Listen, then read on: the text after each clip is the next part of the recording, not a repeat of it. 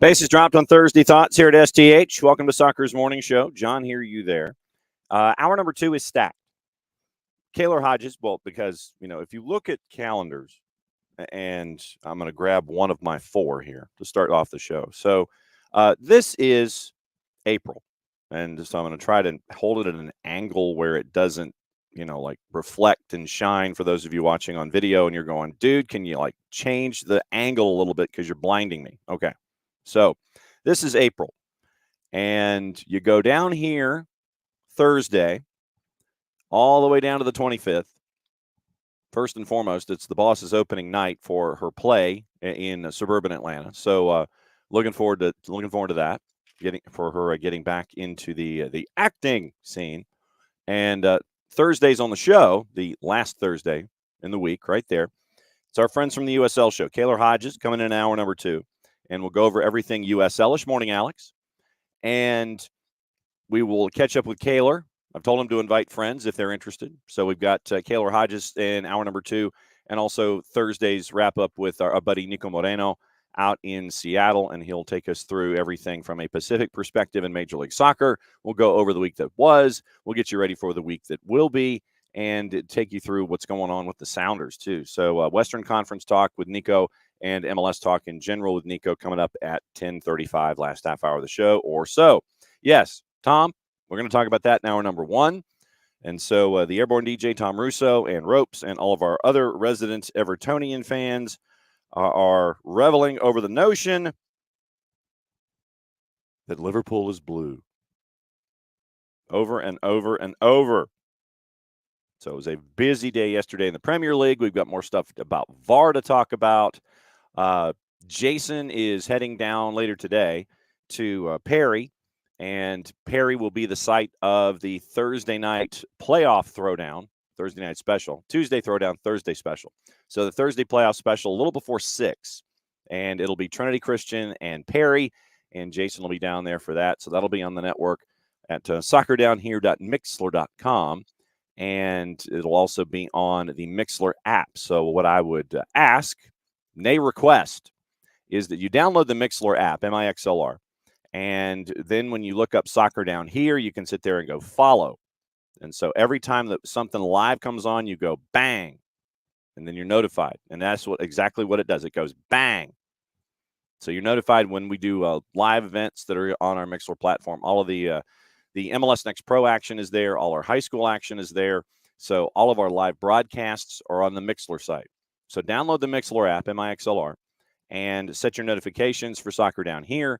And a little before 6, Jason will be in Perry for that particular matchup. It's going to be a fun one, and it'll be our first foray into Middle Georgia. We were supposed to be down there in the regular season, but Mother Nature decided to take her Dikembe Mutombo index finger and go, no.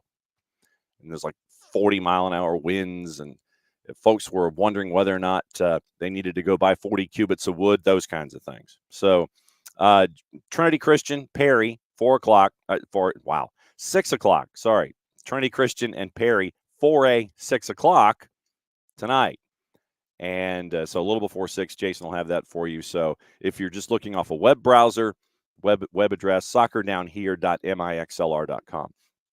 So you can catch up there. So it's been fun so far doing Soccer's in Session. So we're going to move this over into promoting that a little bit. So Soccer's in Session, noon show. And it's live. We're going to catch up with Luke Kreitner, one of the coaching Kreitners for the McIntosh girls side who knocked off Chambly. And we'll catch up with him. And we are catching up with our friends at Colquitt County. That might happen in the 11 o'clock hour on tape, and that'll roll over to the noon show. So Soccer's in Session live at noon here on the network, and we will get you up to date on everything that happened in the brackets with the Georgia high school soccer scene, and we'll get you ready for the matchups today, because today starts your girls action in the even-numbered classes, 2A, 4A, 6A. We'll go through all that. And like I said, Luke Kreitner for McIntosh joining us pretty much off the top at 12:05, and efforting our friends from Colquitt County to be part of the discussion as well. Some really cool stories are developing here with the soccer playoffs here in round number 2, day 3, round 2, first day of the even numbered classification. So that'll be on at noon. And so we'll have at least one coach, and if I can coordinate the other coach who, believe it or not, I mean, I imagine, when you win a big game at home there in the hog pen in Moultrie, you're up. Because I got an email from Colquitt County at 2:41 this morning. So either a very early wake-up call or a coach who couldn't sleep after a win. So that'll be at noon as we go. So that's the traffic for this morning in hour number 2. Hour number 1's wide open, so whatever's on your mind. Obviously, we've got to go over what happened yesterday in the Premier League, and we'll go over more fun with Stuart Atwell. Just when you thought you hadn't heard enough about Stuart Atwell, there's more, and there's more with Atwell and VAR. So we'll catch you up with all of the news that's fit to print in hour number 1. Once again, Kaylor Hodges in the USL show is there with hour number 2. And it is Niko Moreno joining us in the last half hour of the show. Soccer's in session is at noon. Trinity Christian and Perry from Perry a little before 6 o'clock tonight. So that's the traffic this morning here and this afternoon and evening here on SDH. So Tom, very, very busy this morning, and he is laying everything out for us about how excited he is that Everton pretty much spoiled everything for Liverpool. So I think that's the traffic. That sounds like a plan. All right, so opening kickoff brought to us by our friends at Kickoff Coffee and kickoffcoffeeco.com. And that is the QR code coming up here. If I can find it, there's your QR code. For those of you who are watching on Twitch, and when I put the QR code up on the screen, it gives me a chance to look from behind the QR code and grab my soda and pour it into my glass, so I'm not doing that on camera. So there's your QR code for those of you who are watching on Twitch for our friends at Kickoff Coffee. And what you do is you go through that QR code, and don't forget to use the code SoccerDownHere15. You get 15% off your purchase. They, in turn, take 10%, reinvested into youth games, youth initiatives, stuff that they have earmarked. Very, very cool from our friends at Kickoff Coffee and kickoffcoffeeco.com. Last night, if you missed it, we've been talking a lot about the twos. And you can go back and listen to the match last night against Chattanooga FC. And it was great to see the folks come down for the matchup last night. And it was it was a pretty cool crowd. You had the Chattanooga FC fans come down last night. They were in their section. Atlanta United too had their fans as well. And I know that you're always fighting traffic you're fighting traffic in Kennesaw to get to Fifth Third Bank Stadium, and the 90-mile drive went to Atlanta United too last night. Wins 1-0. Javier Armas with the PK in the 19th minute, and Matthew Edwards, as the ball was ready to be kicked from the spot, Matthew Edwards, he decides he's going to, he's picking it up. I don't know if he was making sure that Chattanooga FC couldn't do a shenanigan with it or anything, but so John Burke couldn't touch it. But, yeah, Matthew Edwards was walking away with the ball. He's like, yep, it's mine. I got it. It's all me. And Javier Armas puts the ball in the back of the net, 19th minute. And so Atlanta United, too, held on over 70 minutes. And I know that they were chasing after second and third goals. They had opportunities. Eric Centeno is one that sticks in my mind. Matias Gajardo going near side upper 90 and just missing is another one that sticks in my head. So chances were there for Atlanta United, too, offensively. And I know that that's what Steve Cook will talk about after the win, but it was a great win because you had Atlanta United 2 with a very, very pesky defense. And, I mean, they were causing problems for Chattanooga FC, and Chattanooga FC really couldn't do any building of the offense from back to front. And so your two center backs were the two guys who literally, it's like they were shaking hands as many times as they were passing the ball back and forth. It literally looked like a rally. It's just like you get the two guys, the two center backs back there, they're just passing the ball back and forth. They might have been separated by 10 yards, but they had a lot of the passes to one another. I think Chattanooga FC finished with an 86% rate for passing, and most of it was between the two center backs. But Atlanta United 2, great effort with the defense causing problems. Alex McGrath, very, very quiet in that match for Chattanooga FC. They kept him contained, very quiet in the first half, frustrated in the second half, played with a little bit more of a chip, a little bit more physicality in the second half. But no, it was great effort from Atlanta United 2 last night, getting their second win of the season. And they now have the sum total of – they have the sum total of probably 2.5 days to sit there and get ready for Chicago Fire 2. That matchup is at 2 o'clock on a Sunday afternoon. That'll be here on the network, and you'll get to listen to the Twos in Bridgeview. And we'll see just how many people are in Bridgeview for the Chicago Fire 2 Atlanta United 2 match. And remember, Bridgeview is about an hour southeast of Chicago proper. And so Fire is still using Bridgeview as a facility, but how will Atlanta United 2 take this 2.5 days, try to recover, fly up to Chicago, get to Bridgeview, play the Fire 2, turn around and come back home. Third match in 8 days. And it's going to be a tough test for Steve Cook and the Twos, considering all the energy that was all the energy that was spent, expounded, expend. You see, it's like I was trying to blending two words. All the energy that was spent in the win last night. So it will be interesting to see how everybody is. And this is where your physios come into play with Atlanta United 2. And the third match in a week, but getting the big win last night at home. You can go back and listen to it on the network. You can go back to our Mixler site, and that's where all of the matches are archived. So if you missed anything in the match itself, want to go back and listen to it, you got a 2-3 hour drive, and you can listen to that and the pregame and the postgame show where Maddie caught up with Steve Cook, Josh Cohen, and Javier Armas. And we'll have all that stuff ready for you for the pregame show with Atlanta United 2 on a Sunday afternoon. So big win for the Twos last night, and it was the only action in MLS Next Pro last night. So it was a big win for the Twos, and they were front and center in MLS Next Pro. So big win, stout defensive effort, and we can go across the board and talk about all of that stuff. My mom's, yes, they are. Pars is absolutely correct. Pars knows about my mom being an English major. And, so you're going, okay, if I speak English very goodly, maybe my mom will leave me alone. And she never will. So that'll never happen.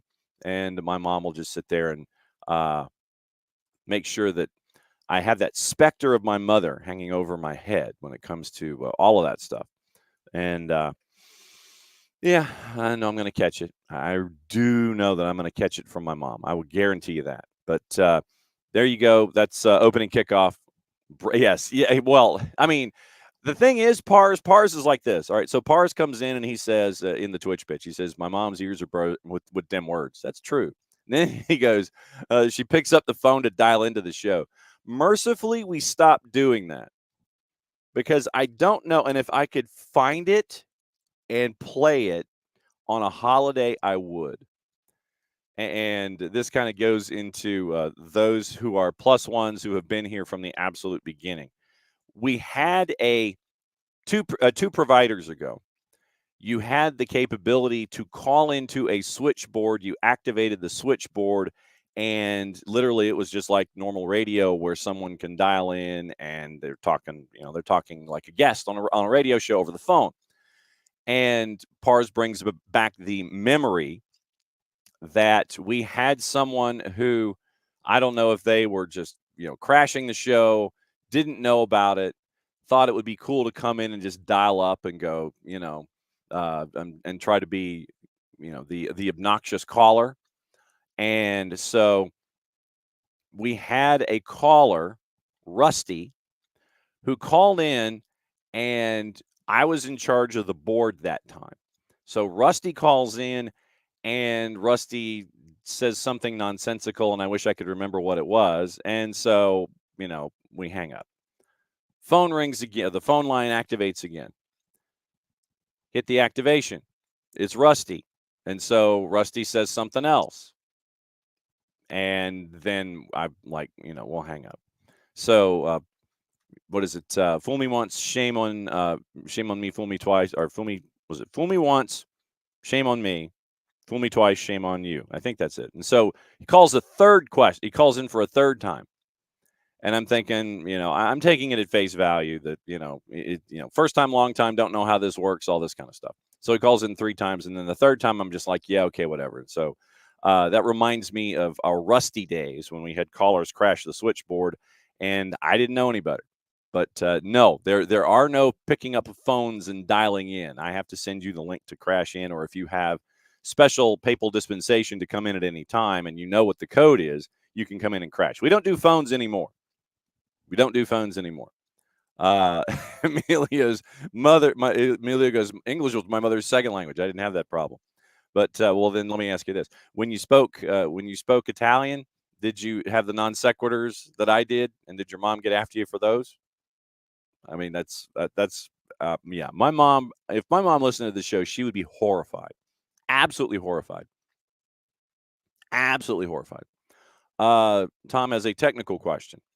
Anybody know if there's a setting that can keep the audio going when the phone screen is off or closed? Always have to keep it on the whole time. Yeah, I know.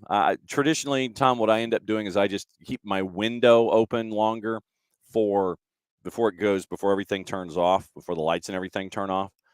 So literally, I'll keep it if I have to do something and I've got to keep the phone on for a while. I'll just have it unlimited so it doesn't go to sleep. So the lighting, so the phone doesn't go to sleep. That's what I end up doing anyway with all of my devices, whether it's the tablets or computers or whatever. I always end up setting it up for unlimited, and then when I'm done with it, I'll just trigger it and turn it off. So, so technical problems down here that John's trying to solve. Yeah, you don't want that. But anyway, that's opening kickoff brought to us by our friends at Kickoff Coffee, kickoffcoffeeco.com. Use the code Soccer Down Here 15. You get 15% off your purchase.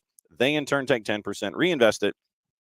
Youth games, youth initiatives, cool stuff that they have earmarked from our friends at Kickoff Coffee and kickoffcoffeeco.com. Housekeeping. Here is the Marshall Islands jersey that I know you've bought. Why don't you get the scarf to go with it? That's the scarf to help out the Marshall Islands Soccer Federation and to help them get to the next level of building their national program, get there from scratch. And it's a cool thing. It's a cool story. And we have attached ourselves to it full bore. So if you want to pick up the summer scarf from the Marshall Islands, benefiting the Marshall Islands Soccer Federation, there is the scarf itself. DM me, email me, DM the show, however you want. It's $32. $32. And if you want it delivered by the Apstermobile, it's $32. If you want to pick it up in person, it's $32. If you want it shipped to you, like we've done to Hudson and Colorado, folks in Texas and California and Alabama, 32 plus say 5, so 37. Like I said, DM me, email me, text me if you got my number, and you can help out the Marshall Islands Soccer Federation right there. It is there's the scarf. Maddie models it. You go to their federation website and you see Maddie Cruz modeling the scarf. So there you go. That is the Marshall Islands Soccer Federation scarf, and that is a great partnership that we have here at SDH. Speaking of partnerships, our friends from Alliance Nurse Corps. I've got to come up with an easel to move it up about 3 inches and move it closer to the screen, so I don't have to do this every day. Alliance Nurse Corps, great partners with us here at SDH. Interested in a career in nursing? They've got over 30 years of experience when it comes to finding out what matters most to those that want to consider nursing in a career. So go to Alliance Nurse Corps. You can hit that QR code. And when you go select Soccer Down Here as how did you hear about us? So Alliance Nurse Corps, great friends with us here at SDH as well. Another new sponsor here with us at SDH. And so Pars, I think, is doing, so Pars is doing the work to help Tom out. That's what the Twitch pitch is all about. So Pars is helping Tom out, make sure that his screen doesn't go completely sideways. All right. Yesterday, we were kind of looking at what was going on in the Premier League, and this is the reason that Tom is happy. Tom and Ropes and all the other resident Evertonians are happy because Everton beat Liverpool. I don't know what it is about late season runs. I really don't. Late season runs and Everton always seem to be part and parcel to everything that we see about the Premier League late. And it's like the sun rises in the east, sets in the west. Tax day was 10 days ago, and Everton always makes late runs in the season. Like I said, I don't know where it is. And I don't know what has caused this. Maybe the idea of pressure and making sure that you can, that you can sit there and survive, or maybe, some folks might work a little better with the pressure. Maybe Everton is that way. Maybe they should just be under pressure the entire time, and maybe Sean Dyche should just wear a warm-up suit every single day. Because Jurgen Klopp and Liverpool, everybody is sitting there going, bruh, it's over for you now. You're not winning the title.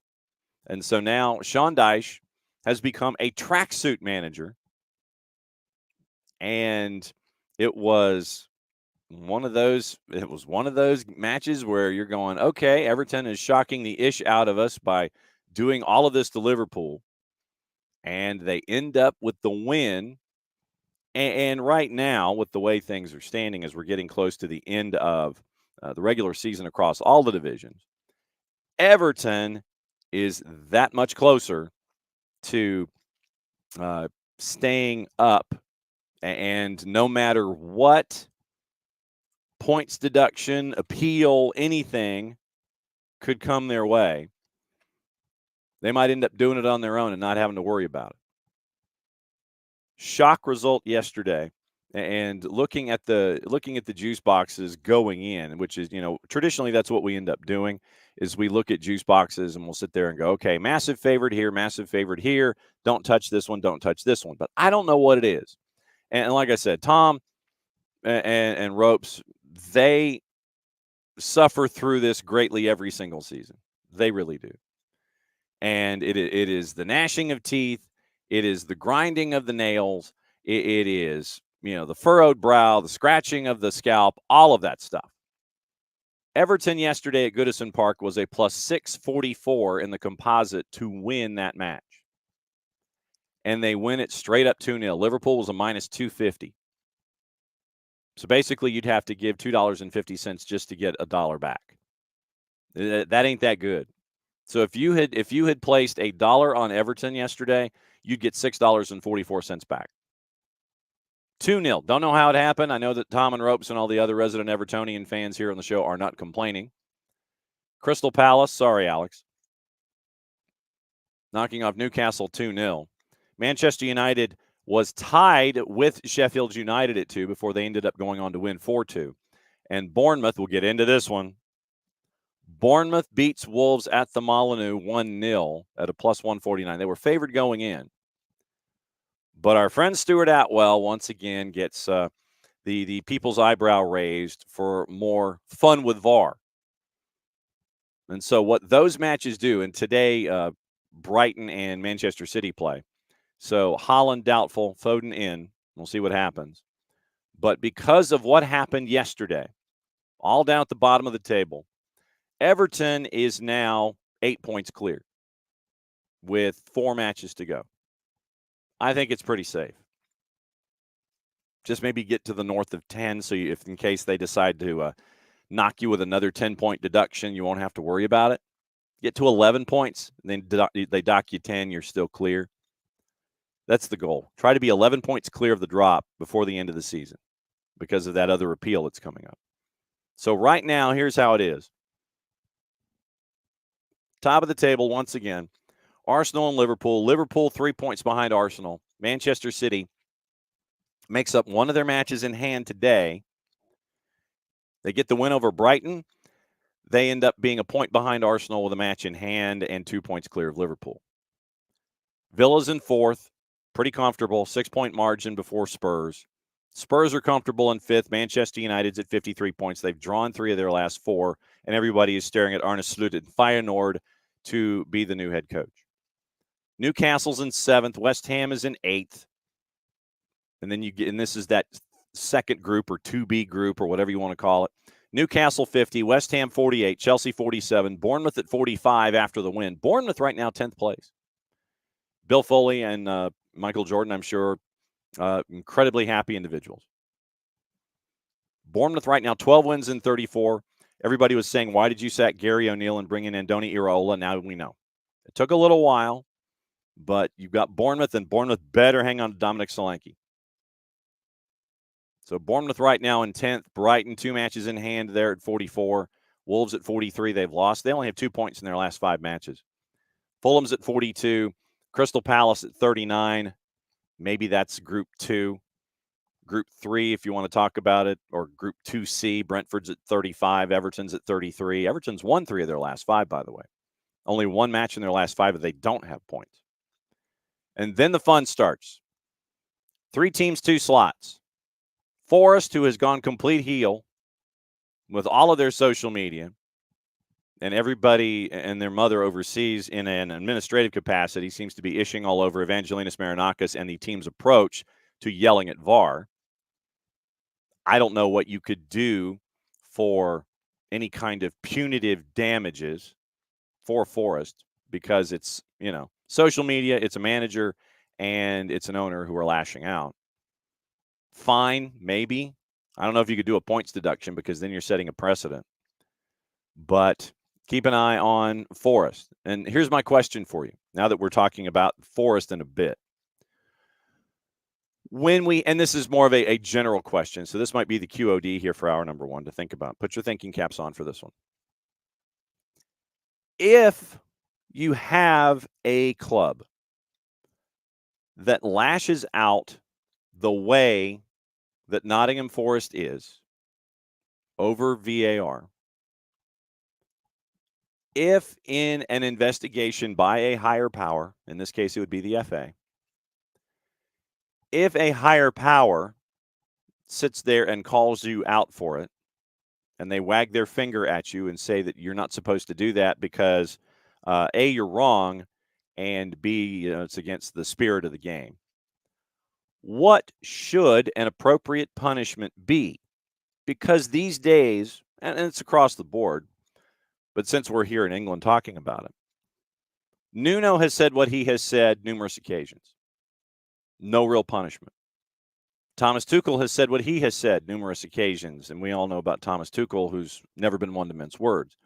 When you have individuals in positions of authority in these clubs and they are lashing out at the other voices of authority within the game, and they are proven to be incorrect in their assessments, and they're just yelling from the mountaintop about how aggrieved they are, what should a proper punishment be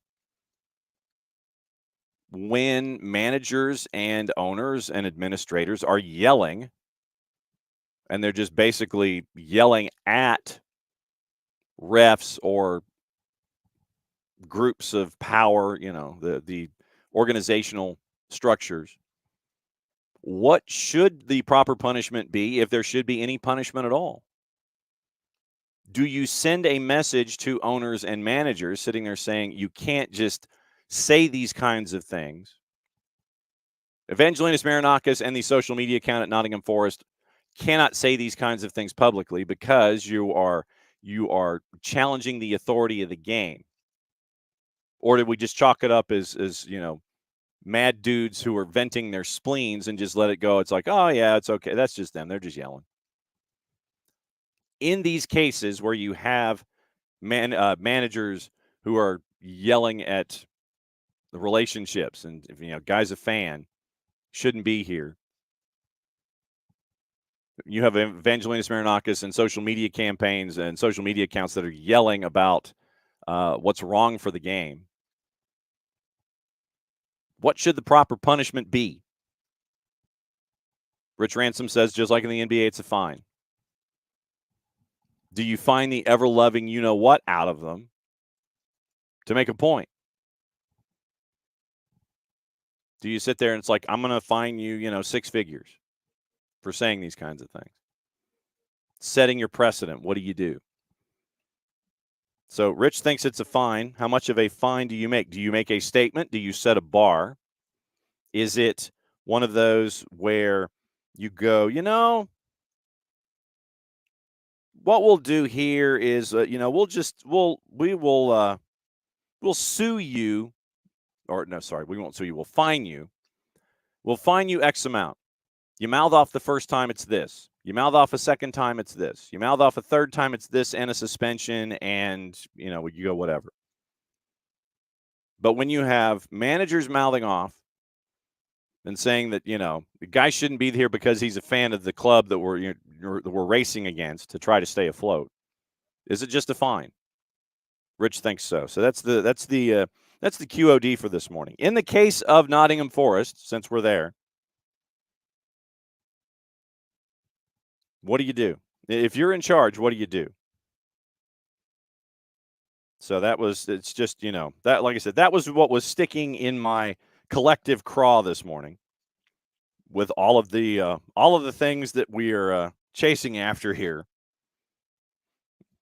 What do you do? What do you do if it's Nottingham Forest? Do you fine him? Do you suspend Nuno for saying what he says? Do you suspend Marinakis for being an owner? What's he going to do? Not invest? He's already invested $250 million in transfers.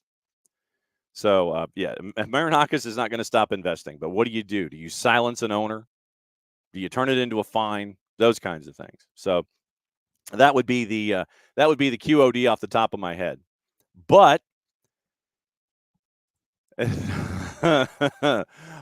Gary Neville, and like I said, Ben Rumsby at the Telegraph says this. Gary Neville has accused Mark Clattenburg, speaking of Nottingham Forest, of acting like a Navy SEAL. He's acting like a Navy SEAL because of everything. And Gary Neville is not going to be at the Forest-Manchester City match because of the back and forth about Stuart Atwell.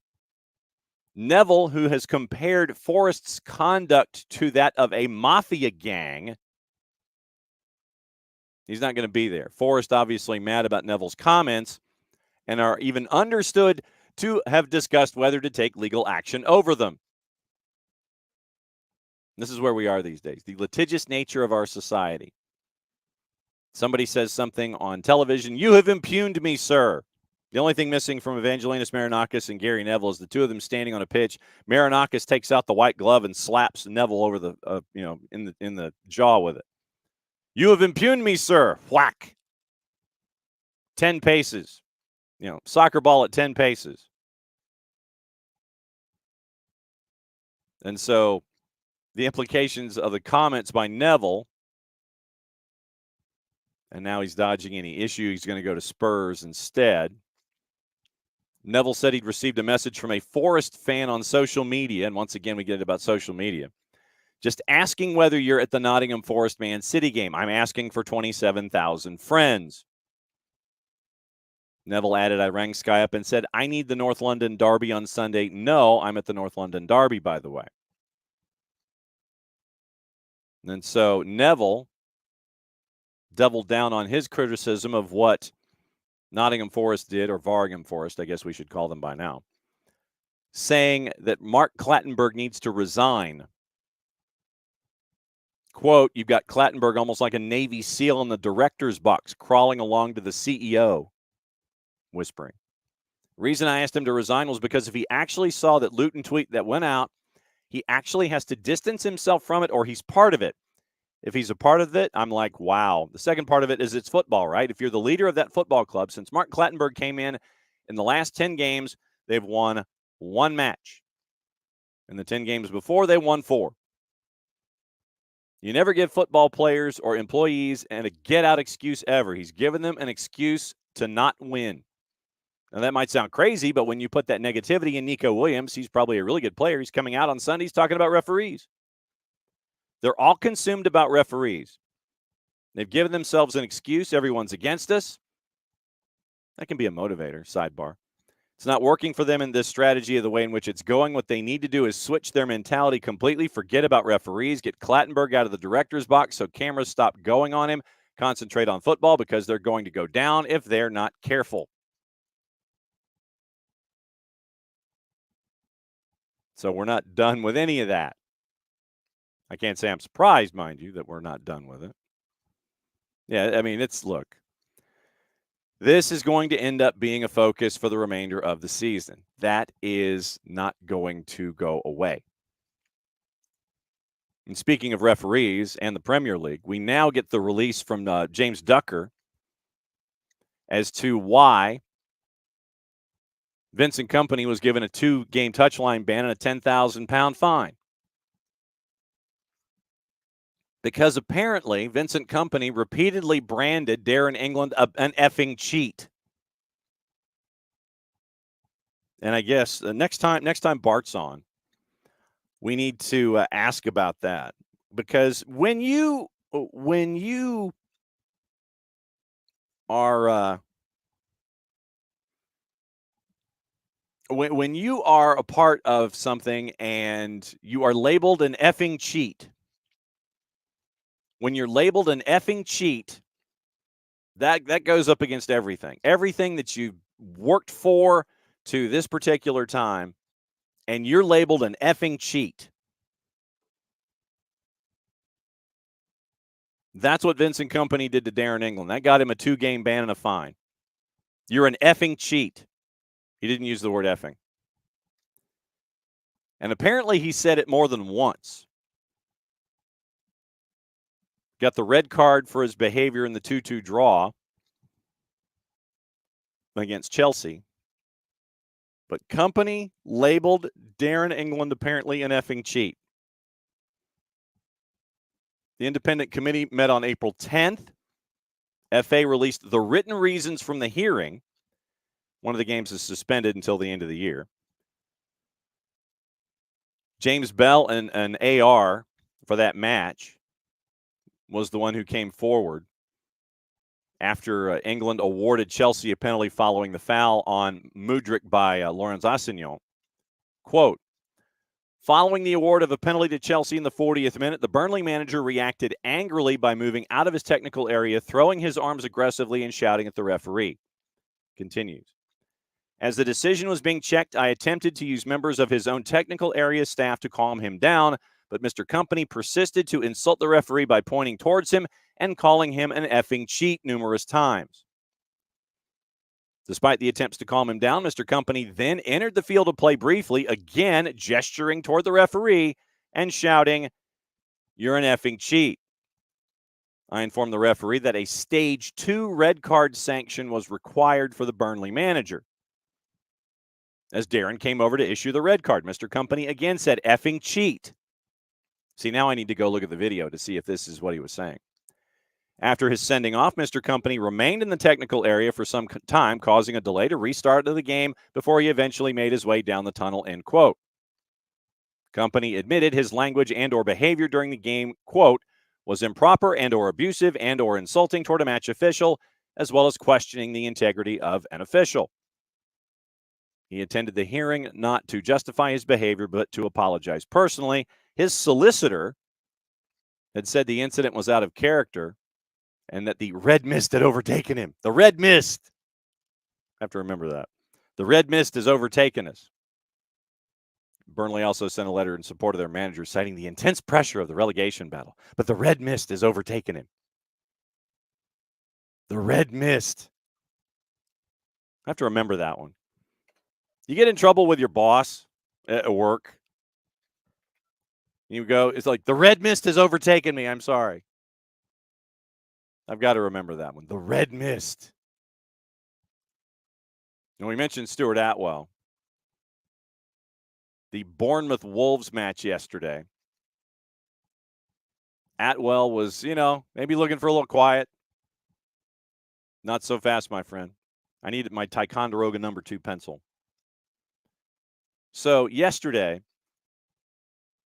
Wolves supporters, after Atwell disallowed a Huang second-half equalizer, it was a bit of a getting together in the build-up. Stuart Atwell initially awarded the header before VAR's Darren England. All these names, they keep circling back. Advised him to the monitor to review a coming together by Cunha and Justin Kluivert. Kluivert shoves Cunha, and the Wolves substitute responds by flinging an arm in his direction. Didn't appear to make any contact.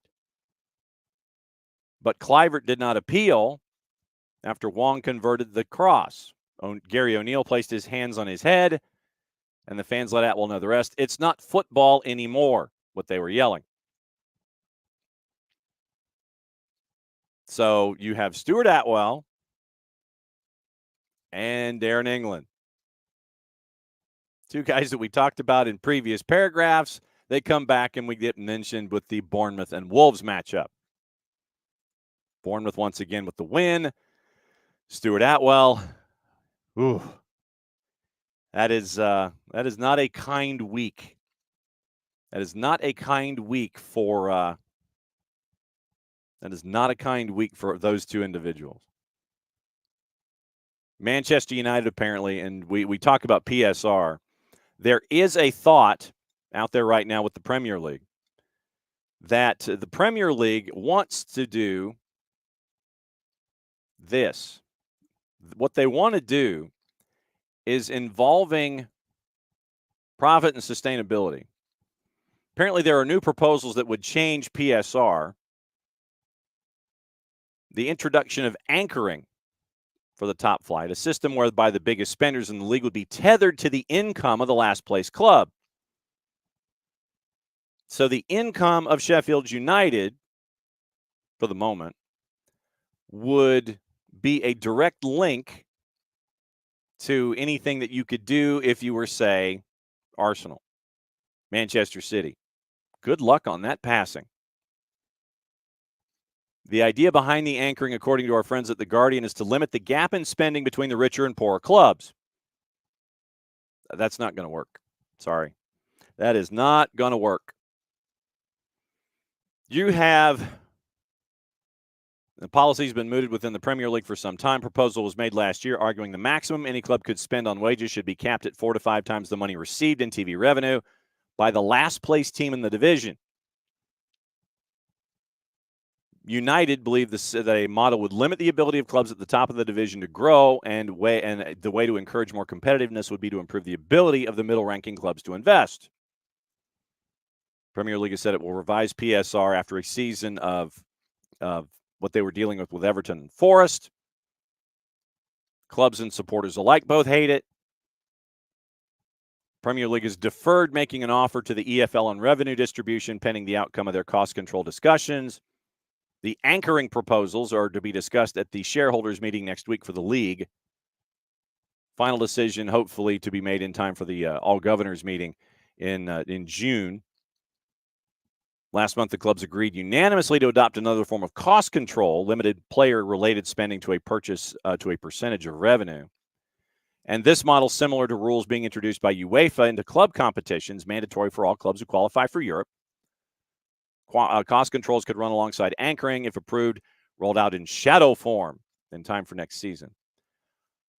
But if you look at, legitimately, if you look at the teams in the Premier League, Arsenal's not going to vote for it. Liverpool's not going to vote for it. City, no. Villa, Unai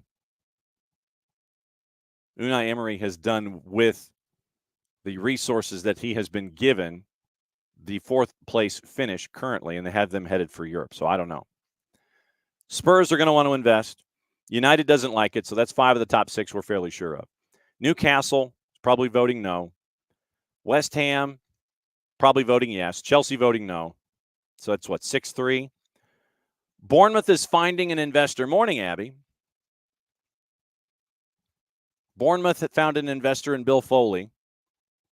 How much will Foley invest? We'll see. Right now they are a club that has an approach and is doing spending in a wise manner. So let's say 6-4, 7-3. So let's say 6-4. Brighton does it their way. I don't know if they would care about any kind of constraints one way or the other. They have a system. Wolves have a system under Gary O'Neill, so I don't know if they would care one way or the other. Fulham, Shad Khan, you know that he wants to invest, but he can only invest to a point. Crystal Palace, they're happy to be here. We're feeling good.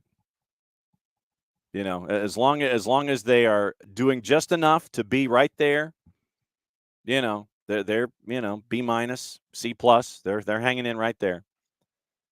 Brentford, I think that with their system, I would think that they are happy with how things are.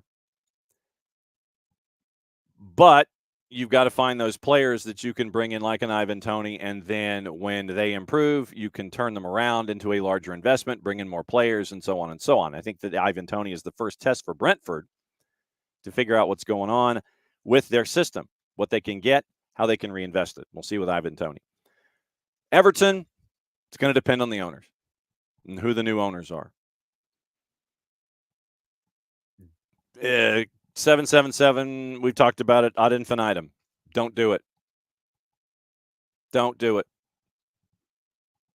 And there's apparently been a look at folks from Dubai who might be interested, so we'll see what happens there. But 777, don't do it. Because if you do it, you'll be worse off. Worse off with a half-built stadium as you're trying to turn the page and go into a beautiful new barn right on the waterfront. If 777 ends up being your new owners, this is on the Premier League. Because we've talked about it. Shown you what the problems are with 777 across the board.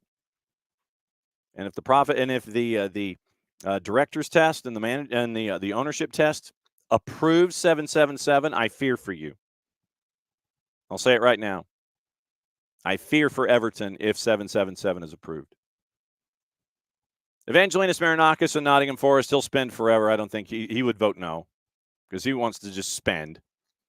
Luton does the things their way, so I don't know if they would vote for constraints because they're already self-constrained. Burnley, they have a way. Sheffield United, they don't have the money to compete. So I don't know if it would even pass just its muster on its own as a proposal because it's like you have three groups. The ones that would vote, yes, we want those constraints.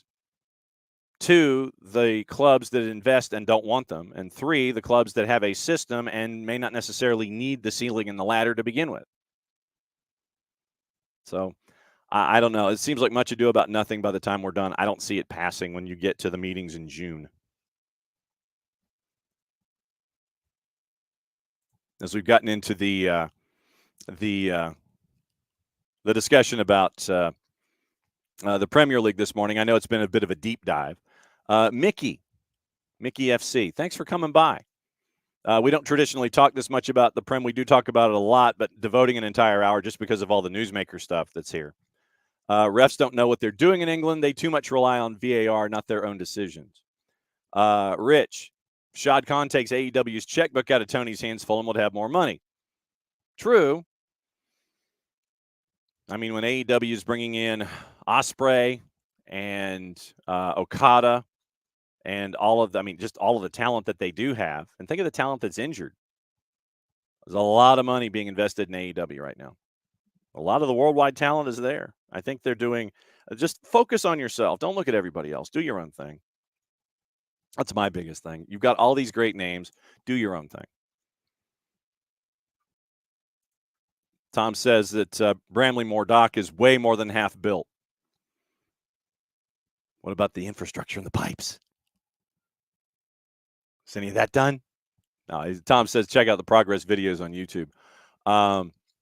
But no, look, I worry about Everton. I mean, every single season, there's always that run at the end, whether it's Sean Dyche or Big Dunk or Frank Lampard or anybody. It's always there at the end. It makes for fantastic television. You're always safe at the end of the story. How many years in a row can you do it? How many years in a row? Kaylor Hodges and the USL show joining us in about 5 minutes, starting hour number 2. But how many years in a row can you do it? How many years? I mean, like I said, it's great television. It's fantastic television. But you're like, do we really need to go down this road? Do we really need to go down this road? Just saying. Do we need to? Drive yourself crazy? But that's what folks like to do. A couple of other things before we get into USL and MLS in hour number 2. Yesterday on One Soccer, north of the border, it was a conversation that Gareth Wheeler was having with Christian Jack. And Christian Jack was discussing the situation as they were trying to find a manager. They still are trying to find a manager for the national team, men's side. And Christian was asked by Gareth, where's the search? And Christian came up with 45 seconds to a minute of saying that Canada Soccer was looking at big names and they're looking at not so big names. They're hoping to have their list pinned down to a couple of names internationally, and that the search is still ongoing. But there were some big names, and they hope to have a short list coming up in short order, possibly having an actual, guy in charge in short order. We may have a couple of those names. Canada Soccer, according to Anthony LaPopolo over at The Score, Canada Soccer has approached Ole Gunnar Solskjaer and Jesse Marsch about taking charge of the men's national team after failing to land an interview with Jose Mourinho. This is from Nizar Kinsella over at The Standard. Reportedly unclear if Solskjaer or Marsch will proceed in the talks with the Fed. Mauro Biello currently leading the national team on an interim basis and probably through the Copa. Solskjaer has not coached since November of 2021. Jesse Marsch, once again, moved to Italy after he was fired from Leeds in February of 23. Mourinho turned down the opportunity. I do not speak. I choose not to speak. Turned down the opportunity to speak with Canada because he's waiting for a higher profile role. Canada Soccer seems ambitious in their search. Remember, Frank Lampard was a part of the discussion. Carlo Ancelotti's former assistant, Paul Clement, ex-Middlesbrough manager Aitor Karanka are considered other candidates for the role. But apparently, Jose Mourinho was asked. And Canada has approached Ole after Jose Mourinho and Frank Lampard have rejected it. Mourinho, Marsch, and Solskjaer, whether they would go for it at this stage is unclear, according to Kinsella. I've tapped into the article. Forge FC coach Bobby Smirniotis, who is widely regarded as one of the best coaches in Canada, has also been interviewed. That would be my choice, would be Bobby Smirniotis. Interest in Clement could be part of an ambitious ploy to attract the Real Madrid manager Carlo Ancelotti once he leaves Spain. Hey, Paul, come on over. You want to bring your boy Carlo over too? That'd be great. But that's what you're staring at, legitimately. According to Nizar Kinsella at The Standard, they've approached Ole Gunnar Solskjaer. They've approached Jesse Marsch, Jose Mourinho, Frank Lampard. Okay. Sure. I mean, shoot. If you're Canada Soccer, why not swing for the fences? Why not? Lampard says no. Jose says no. Solskjaer, Jesse Marsch, and Bobby Smirniotis. I'm hoping that with the investigation that you would have your people do, if you're in a situation like this, if you are Marsch, Solskjaer, Jose, Lampard, you looked at the Canada Soccer situation and you went, bruh, nah. Literally, that's what you did. You'd go, bruh, not so fast. No. I need to know where my money's coming from. I need you and I need Canada Soccer business and the men's national team to figure it out. You got to get your head screwed on straight for this one. What's my budget? What can I do? Where are my sponsors? And why can't I get more money? And, of course, Canada Soccer and Canada Soccer business would sit there and try to go, well, if we bring you in, it's a way to attract more money. Literally, this is the chicken and the egg syndrome and trying to hire a national team coach. Right now, Canada is trying to finance an Infiniti or a Range Rover on a Honda budget. But what they want to do is they want to go to, the Range Rover dealership and go, well, if we're driving around in this Range Rover around town, folks are going to want to know where we got the car.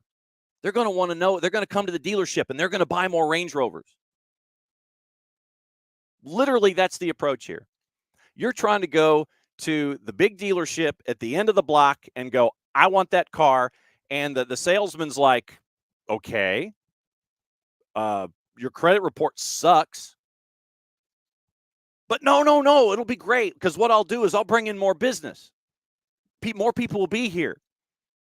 And whether or not I make my payments monthly and I make my payments on time or not, that's an entirely different matter. Let's focus on me and the car. Salesman's like, well, bruh, you got to make your payments. No. But if I bring in more people, that's more money for you. You won't have to worry about me as much. Seriously. Canada soccer. Jose Mourinho. Yeah, look, I'm just going to say it right now. With the budget and the sponsorships and the deals that you currently have in place where you got issues, Bobby Smirnionis is your man. He knows how to work on a budget with his time at Forge. Do it now. Get it done. Move forward. Wow, Nizar Kinsella's opened a door. All right, it's after 10 o'clock Eastern, so that means one thing. It is time to bring in Kaylor Hodges, talk about everything USL. Hello, Kaylor. Sorry, I was ranting about Canada soccer. As we all are. I was just like, seriously? Bruh? I mean, really? You're going after Mourinho and Lampard and Marsh and Solskjaer on your budget? You're going to be paying them your entire budget. You ain't got no revenue left. So anyway, like I said, it was, hi. Hey, it's good to know that Canada got the same response that we did when we reached out to Mourinho, Jesse Marsh, and Lampard as well. So it's good to know that we're on equal playing fields. But there's more of a budget here south of the Peace Bridge, my friend. As always, what we like to do is we like to bring you and the At USL show here on the last Thursday of the month as kind of a way to recap things, go over the good, the bad, and the ugly, the good old GBU, look at tendencies and trends, not tendencies and tens, because then that would be something entirely different. But look at the month that was inside a USL Championship, USL League One. But let me start with Open Cup and do something from like 30,000 feet a little bit. Sure. When you look at the impact and the input that USL Championship and League One have had so far in Open Cup, what have been some of your observations and your friends at the USL show? In terms of League One, because they've had more of an Open Cup run at this point, I think a lot of championship teams just saw that League One's not as far as they think it is. I've been saying it for a while, but I think the gap is almost non-existent. Almost. It's close. As for League One versus other Division III, you can tell by their record. I mean, League One, you can tell that they have been playing more matches. You can tell they're a little bit more mature. They were able to close out games, and they were able to get some late winners or get some late results. I mean, you saw the Spokane versus Las Vegas. Andre Lewis, who's a longtime USL Championship guy, decides to have a go from 30 yards away on the final kick of the game. Yep. If he misses, the game ends. He's the worst teammate ever. But, Spokane was in that game for a long time. And I think you see that gap between USL League One, the rest of the Division Threes is pretty wide. And the gap between the USL League One and the championship is not that much. As for the championship, I feel like the teams that you thought would win did.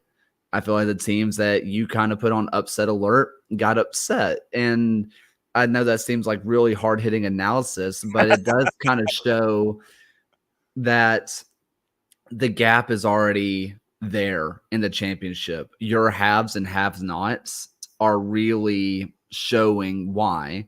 I think you're probably shaking your head and questioning your Rhode Islands, your Hartford's Hartford admin. Don't tweet before you play. I think those are the ones that you say, how did that happen? But if you also look at Rhode Island, they hadn't gotten a result until just last week. I mean, they gotten draws, but no wins. If you look at Hartford, it was looking shaky at times anyway. So those weren't even entirely shocking results either. When you look at Rhode Island, I know that first-year club. I would think that that you're trying to balance an expectation with that of being a rookie, and it's like you're trying to get guys to play together, and you've had a training camp, and hey, you're going out there now as a first-year club, and so those growing pains are there, but you've been thrown into an Open Cup experience, so you get this on-the-job training from a different aisle in the store. So it's an interesting mix for Rhode Island out of the block.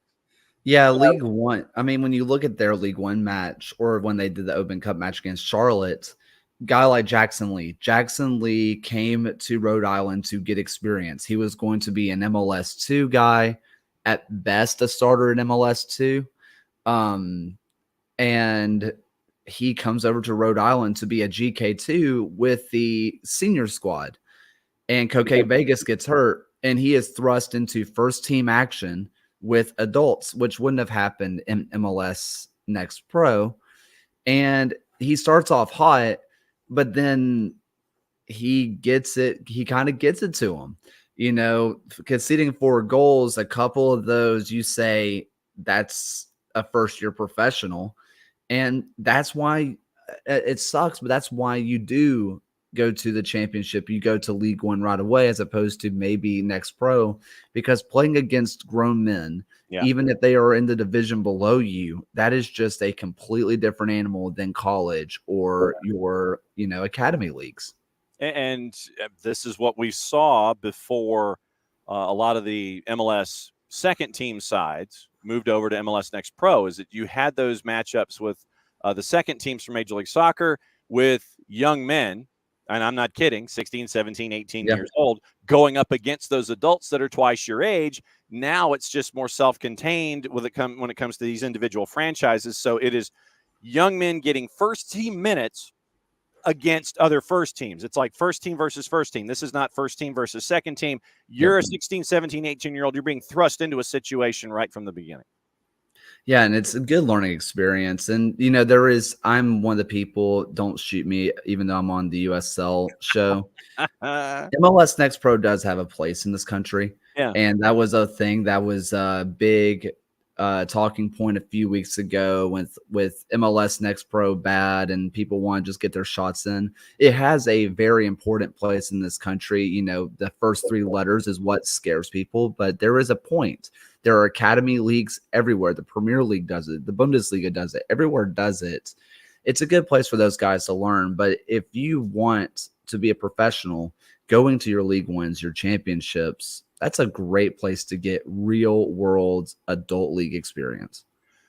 When it comes to coaching hot seats, traditionally, where are you and your compatriots on the USL show before you sit there and you're going, okay, hot seat, hot seat, hot seat, hot seat? How much patience do you have when it comes to this particular topic on the show?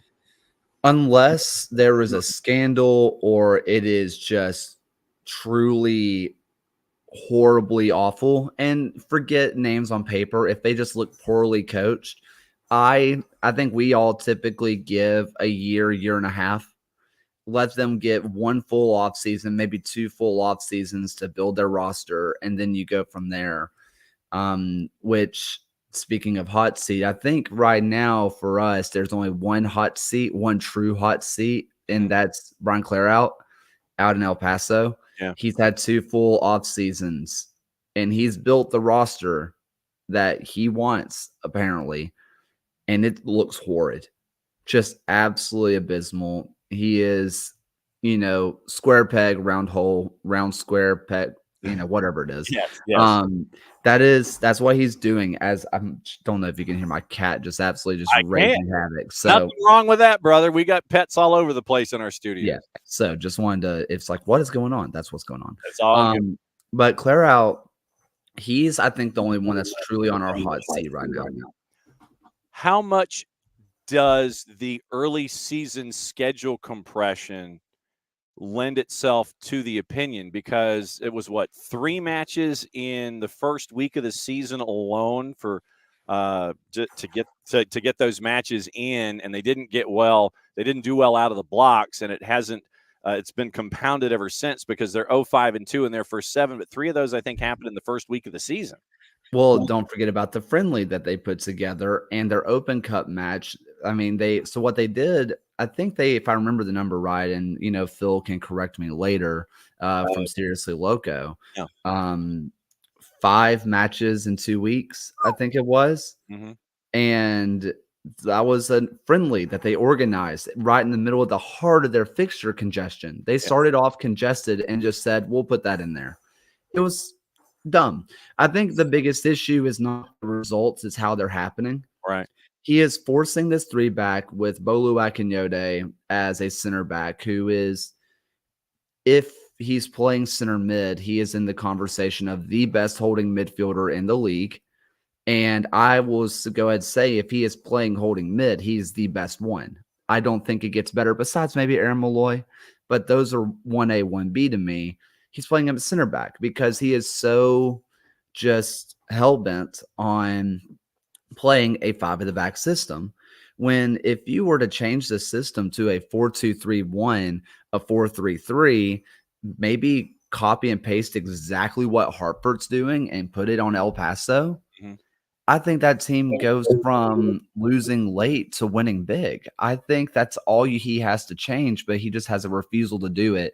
That's why I think the hot seat exists. Forget the results. Results happen, right? Like sometimes you win, sometimes you lose, sometimes you're just out of form. But when you force your roster into something that's not built for it, despite building the roster yourself, that's when you get on the hot seat. And sometimes it rains. That first week, Hartford beats you 1-0. You draw Monterey Bay, and then you only lose to Lou City 1-0. And that was your first week. You had those. It was 3 results, and you lose by a total of 2 goals. Then you lose to Vegas, and Vegas in itself is another story where when you bring in Joey Batts as an owner, and I guess he is rubbing off on Vegas so far with what they're able to do. New Mexico in your derby beat you 3-2. Then you draw with Tampa Bay. So it's like it's a mixed bag here. It's like when your defense is locked in, you get the results like you did against Lou City, even though you lose 1-0, and then you draw Tampa Bay 1-1, but then you end up in a derby and it's a 5-goal crazy pants match where it's 3-2. It's like it's almost like the HAL 9000 here from a 2001 A Space Odyssey. You're getting conflicting instructions here. Well, the thing is that they live and die by the wing back. Like they want their wing backs to just basically be wingers, which is great, except they're not really living by the wing back. They're just dying there. And, those matches where it works and you're getting all the goals, well, they're still not getting back. At this point, I think you have to say, sit back and let your attackers do work because they have good players and they're still waiting on Joaquin Rivas to get back and fully be healthy. But it just doesn't seem like the roster that was signed was what they had envisioned, or maybe they just envisioned different players. And then when they got there, it was something else. You talk about the Tampa Bay game. It takes a 75-yard attempt to get the draw. I mean, and I've went on a rant about this. Jordan Farr, and I see Harry Austin in the chat. Not on Jordan Farr. Why are you expecting someone from behind the halfway line from a diagonal angle to shoot 99 times out of 100, maybe more? That's not even on target. And past that, it's normally not even going to get over the keeper's head. But it takes an absolute wonder goal up there for best goal in franchise history for you to get a draw. That's not the sign of a good team. Okay. What about Colorado Springs out of the blocks at 0-5-1 in their first 6? No hot seat there? That one's hard for me because I don't know if that was really the roster that they wanted to have. And I know some people were bullish on them coming into the season. I don't know why. There's players that you like certain players on there, Right. but it just doesn't look good to me. John Morrissey's latest USL Tactics show, which you can check out on our Twitter or the top of our shows on the There USL you show. go. Get the plug in. Nicely done. He did it on Colorado Springs, and it looks like they might have turned a corner tactically, but turning a corner tactically was getting a draw, not a win, a draw, and it still looked anemic at times. I don't think it's a hot seat, but maybe that changes a little bit later into the season if they don't show any more improvement. Somebody might have flicked the switch on the seat warmers on the driver's side. One more team on the hot seat, maybe not a Miami FC, but the Miami FC. We got to see them go up against South Georgia Tormenta in Open Cup, and it has been an adventure for the Miami FC. In their first 7 matches, only one win in USL Championship so far. And it seems like Nocerino cannot settle on a keeper. It seems like the offense is there, but things through the first 7 don't seem to be working well in Boca Raton.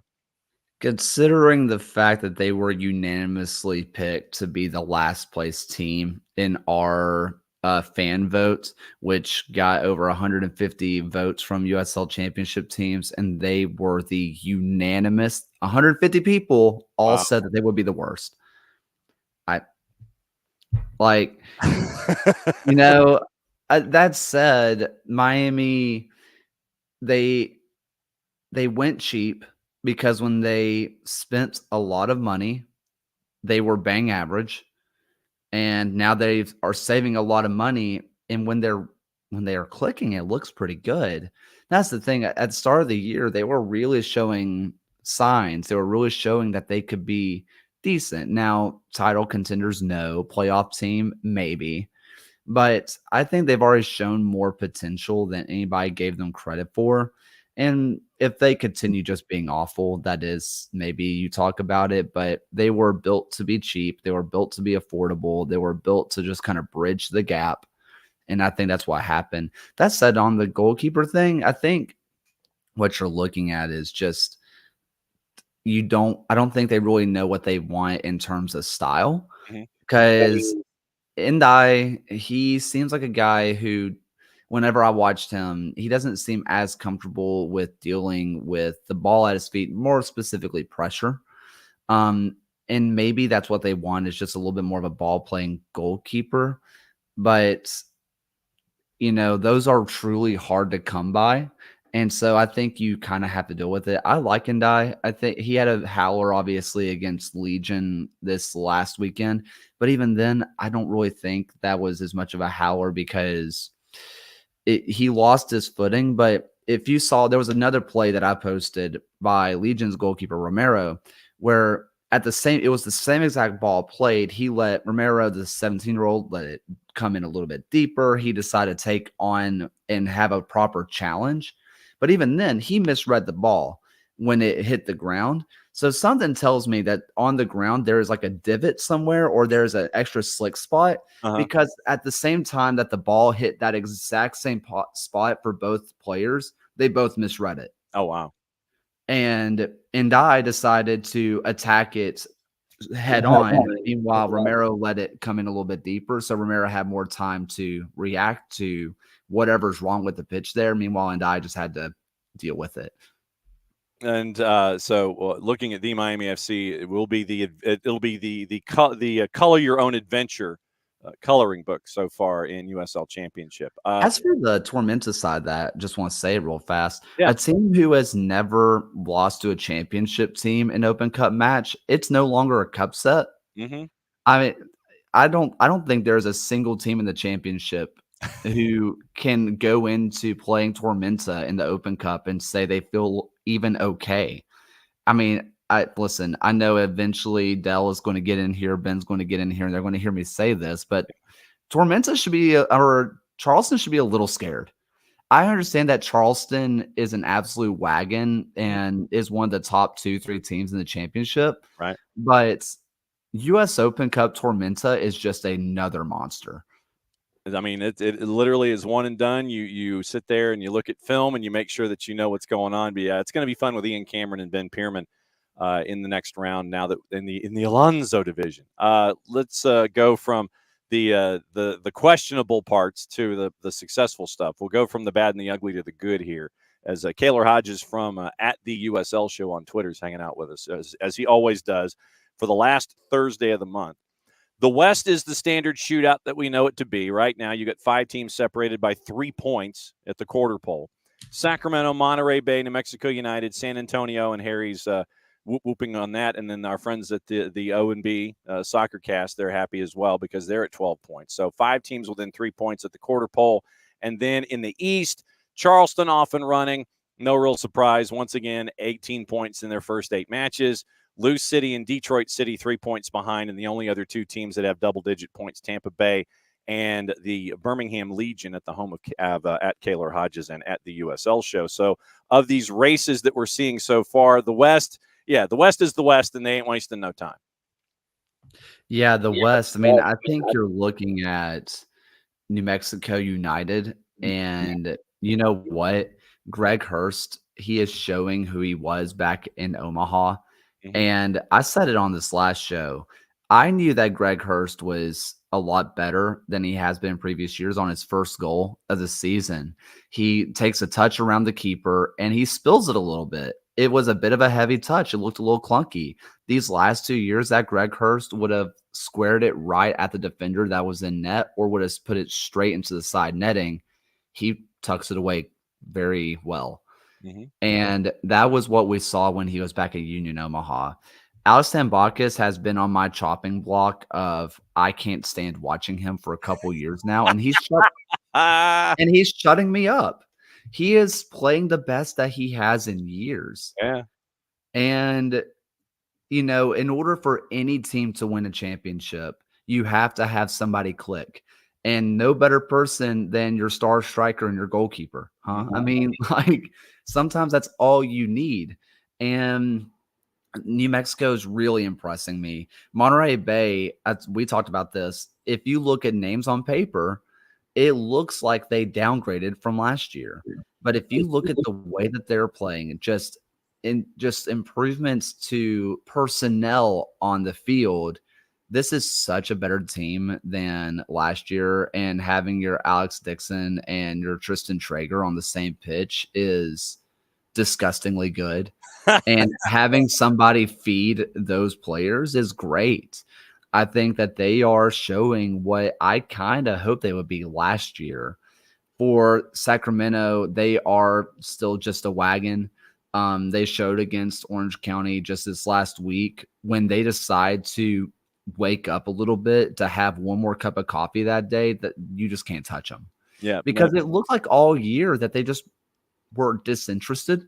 Uh-huh. And then they play the team that beat them off a goalie goal, or they drew with on a goalie goal. And you can tell that they came out 16 seconds in. Rodrigo Lopez, which the week that he had, for him to get the assist 16 seconds in, just beautiful soccer stuff, but also just Sacramento wasn't losing. And you could tell that early on. It's like, oh, whenever they just decide we're not losing, they can do that. I mean, Sacramento, it seems to me that Sacramento is just one of the regulars of the USL Championship. And it doesn't matter what the off-season transactions are. They have a core, they have a philosophy, and they bring folks in that will embrace that philosophy and that approach instead of bringing in someone that might be, more star power and try to fit them into a system. It is folks that will fit into that system, and you make the collective better. It's a very Borg-like way of going about things in Sacramento, and you're seeing the results right now at the top of the West. I mean, Trevor Amon he scored like 500 goals last year in League One. Oh, true. And that came from Arthur Rogers, who still looks really, really good with FC Tulsa right now. But Trevor Amon has 2 Arthur Rogers on both sides with like your whatever fullback pairing you want to go with in Sacramento. You have 2 of them, and they are a death by 1,000 crosses. And that's hard, especially when you're dealing with a league who you have a lot of young goalkeepers playing right now. A young goalkeeper getting used to having bodies in the box and having to go in and catch a ball, get a claim in the box. That's terrifying.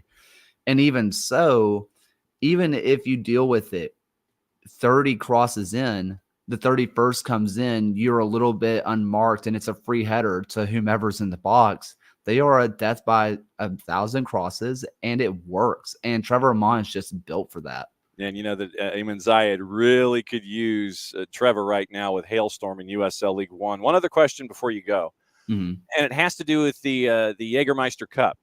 And I wanted to know what you thought about this particular element of play this year inside USL League One. I know that there is hope that over time it will expand and it will be a an overarching USL element where it's championship and League One chasing after the Jägermeister Cup, where Jägermeister apparently they're diving in full. What do you think about this idea of this cup specifically this year inside League One, but hopefully expanding over time to include both of the leagues? I love it. Even if it were to just stay in League One, we saw with the NBA that it can be super successful. I mean, it's something a little bit different. It's something that a club can market a little extra hard, right? They can sit there and say it's a club match. Like, this is a cup match. They can come in. There will be a winner because there are no draws. It ends in a penalty shootout. You want to see something entertaining? It ends in a shootout. You can market the crap out of that to your fans. So I think that's a plus. And I also think that if we see players truly buy into that this is another competition, as opposed to just a 34-week slog, that this is something that they can get up a little extra for. And I understand that professional athletes get up for every match the same, but we all know that's also kind of not true. If it's a little extra special, it's extra special for fan, for coach, for player. I think it's great. I think that getting a club or like a sponsor like Jägermeister, that while the branding of A Shot at Glory is hilarious, that's a major brand. Yeah. That is a major brand that if you've been out to party as a college kid one time, you are very well accustomed to. Unfortunately. And so I think it's great if the championship sees that this is a good product and the championship sees that it gets the League One side of this a little bit extra pumped up. I think they can also do that on the championship side as well. And marketing the fact that there are no losers, or there are no like ties, like somebody has to win, somebody has to lose. I think that's something that if you're trying to bring a new fan in, that's going to help a lot. Because what's one of the things that you hear about soccer? How can it end in a tie? It's boring. It's boring. How can you end in a tie? That's the worst. This can't. This is the best way to market to new fans, and I think that's great. Nobody's scored. It's boring. Cut the promo for me. What's going on with the at the USL show? We are back to for the glove of the game, recording that in a couple of hours. Actually, we are being joined by a League One keeper. I'll keep it that vague, but you saw him with one of the Open Cup matches that we discussed. So that's super exciting. Just more stuff coming out. Kit season also records tonight, and the main show Tuesday night, 9 p.m. Eastern Standard Time, or hopefully as early as possible the next morning. You'll be on your podcast players, so check it all out. What he said at Kaylor Hodges at the USL show. It's great to always have Kaylor to talk about things in Championship and League One. Keep us all posted on everything. We'll catch up with you soon, my friend. As always, great to have you here. Thank you for having me. There we go. It's Kaylor. Kaylor's going to go chase his cat now and try and figure out where the cat is raising all kinds of hell and give it its own scratching post. I think it's probably going to need one of those 3-story scratching posts to kind of climb so he's not chewing up the sofa. So we need a report. We need a report on at the USL show about Kaylor's cat, spelled with 2 Ks, and how he's chewing up everything in Kaylor's pad. Now to figure out how not to happen. And you can't declaw the cat because that's just not fair, because then he can't climb any kind of things, He can't raise his or her own hell if he's declawed. You just have to understand it. That's just a part of the cat. But no, we need empirical evidence that the cat is doing what the cat is doing. Yeah, Emilio says hockey used to have ties. Yeah, and they used to have 4 periods too. Remember when they went from 4 periods to 3 and the entire world was just in an outrage? So thanks to once again Kaylor Hodges and our friends at the USL show. Niko Moreno coming up in a couple of minutes. and we will get the Pacific perspective on everything going on in Major League Soccer from Niko's point of view. And it has been a long slog. We've got to talk about the Arriaga trade. We've got to talk about what's going on right now in Seattle, because almost it's another year of Seattle having to come from lane 8 and try to figure out what to do. Zombie Sounders toward the run. 8 matches, 6 points. 8 matches, 6 points. So, Seattle down here. Yeah, Derek, I know. And, to get Niko's perspective on the Western Conference, we've always thought that it was important because since we're here in the Eastern Conference and we're on this side of the Mississippi River, to have somebody like Niko come in and talk about things out west, it gives us all it gives us the education that we're hunting for from the West, so we're all prepared come the postseason. Late in the year, you look at matchups and seeding and what to expect and all these kinds of things. So Kaler with an update, no video, by the way. Cat has multiple scratching posts, refuses to put his paws on it. The only thing he scratches is my backpack jerk. About normal. Tears up the man's backpack. I just hope that your laptop's not in it at the time. Well, but if your laptop's in it and he can't really, if he scratches your laptop, then that is a true accomplishment for a cat. If he can scratch your laptop, kind of like the body on a car, like when you're trying to take the key and you're trying to open it with the key or something, and you end up scratching what's going on there. Maybe that's what it looks like if Kaler's cat goes after his laptop. But yeah, apparently all he scratches up is the backpack. Doesn't go with the scratching posts. Probably chases after the sofa. I can see the edges of the sofa probably frayed a little bit. So Kaler and his cat, 2Ks, adventures. But yeah, right now Seattle in the West, 8 matches, 6 points. That's not a good ratio. 1-4-3. They've only scored 9 goals this season. They've given up only 9. But 9 goals scored has them, let's see, tied for second. Well, actually, hang on. Let me see here. So 9 goals scored has them tied for second least in the West. And it has them tied for second overall. Second worst overall. Third worst overall. New England has only scored 5. Dallas has only scored 7. And you got a bunch of folks that have scored 9. And you look at those teams, if you ain't scoring, if you ain't scoring, putting the ball in the back of the net, you're probably not winning a whole lot of matches. So right now, the teams that have scored the least, New England, last in the East, NYC, Charlotte, Toronto, middle of the pack in the East, Nashville scored 9. Most of those are from Hani Mukhtar. And they are next to last in the East. 9 goals scored puts Houston in the middle of the pack in the West. Dallas has scored 7, and they are below Seattle. So in most of those cases, 5 goals, 7 goals, 9 goals. Actually, it might be more like 50-50, or slightly so. But if you have less than double-digit goals scored in Major League Soccer, 3 of the teams are okay. 2 of them are in the bottom of the playoff discussion in the East. The other 3, or 3 of the others, are having problems. One of them is Seattle. We'll catch up with Niko coming up in just a little bit. We've got our first bot of the morning on Twitch. So, Aaron, I hate to break it to you. I'm not gifting a sub to you. However, as we take care of this in real time, I'm claiming you as a bot, sir. And I'm doing it in all caps when I report you. Submitting the report. And Aaron, you've been blocked. Now that I figured out how to do it. And Shooter, by the way, came in the other day. Shooter talking about his beloved Revs in the Twitch pitch. Shooter came in during our high school show the other day and was mad at Caleb Porter.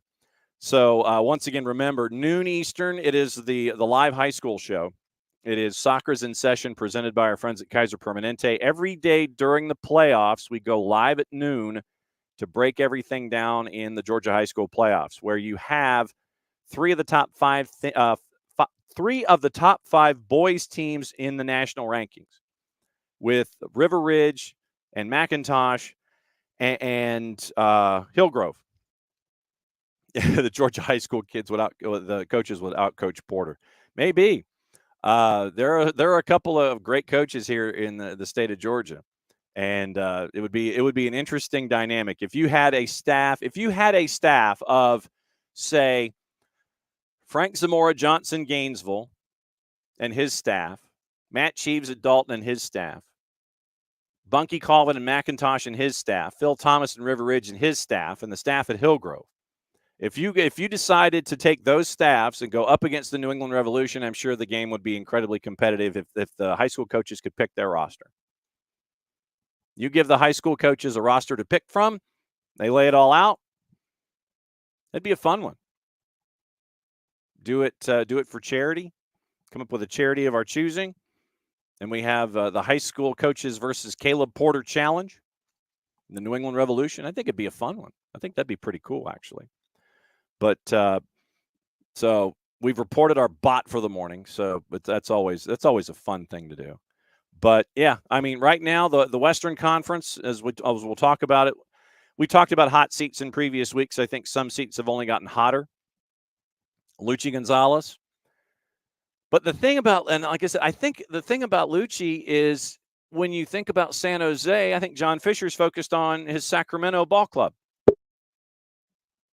And I think that Lucci is safe until then. I mean, until everything gets sorted with the soon-to-be former Oakland A's and John Fisher, and Fisher moves him to Sacramento so everybody can go watch Aaron Judge come to town instead of focus on, Oakland.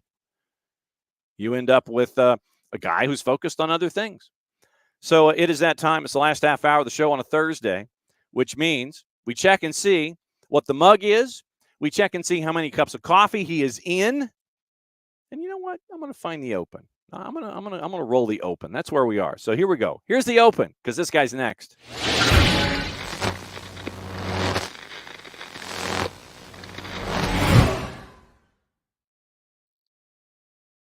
Time for the salute.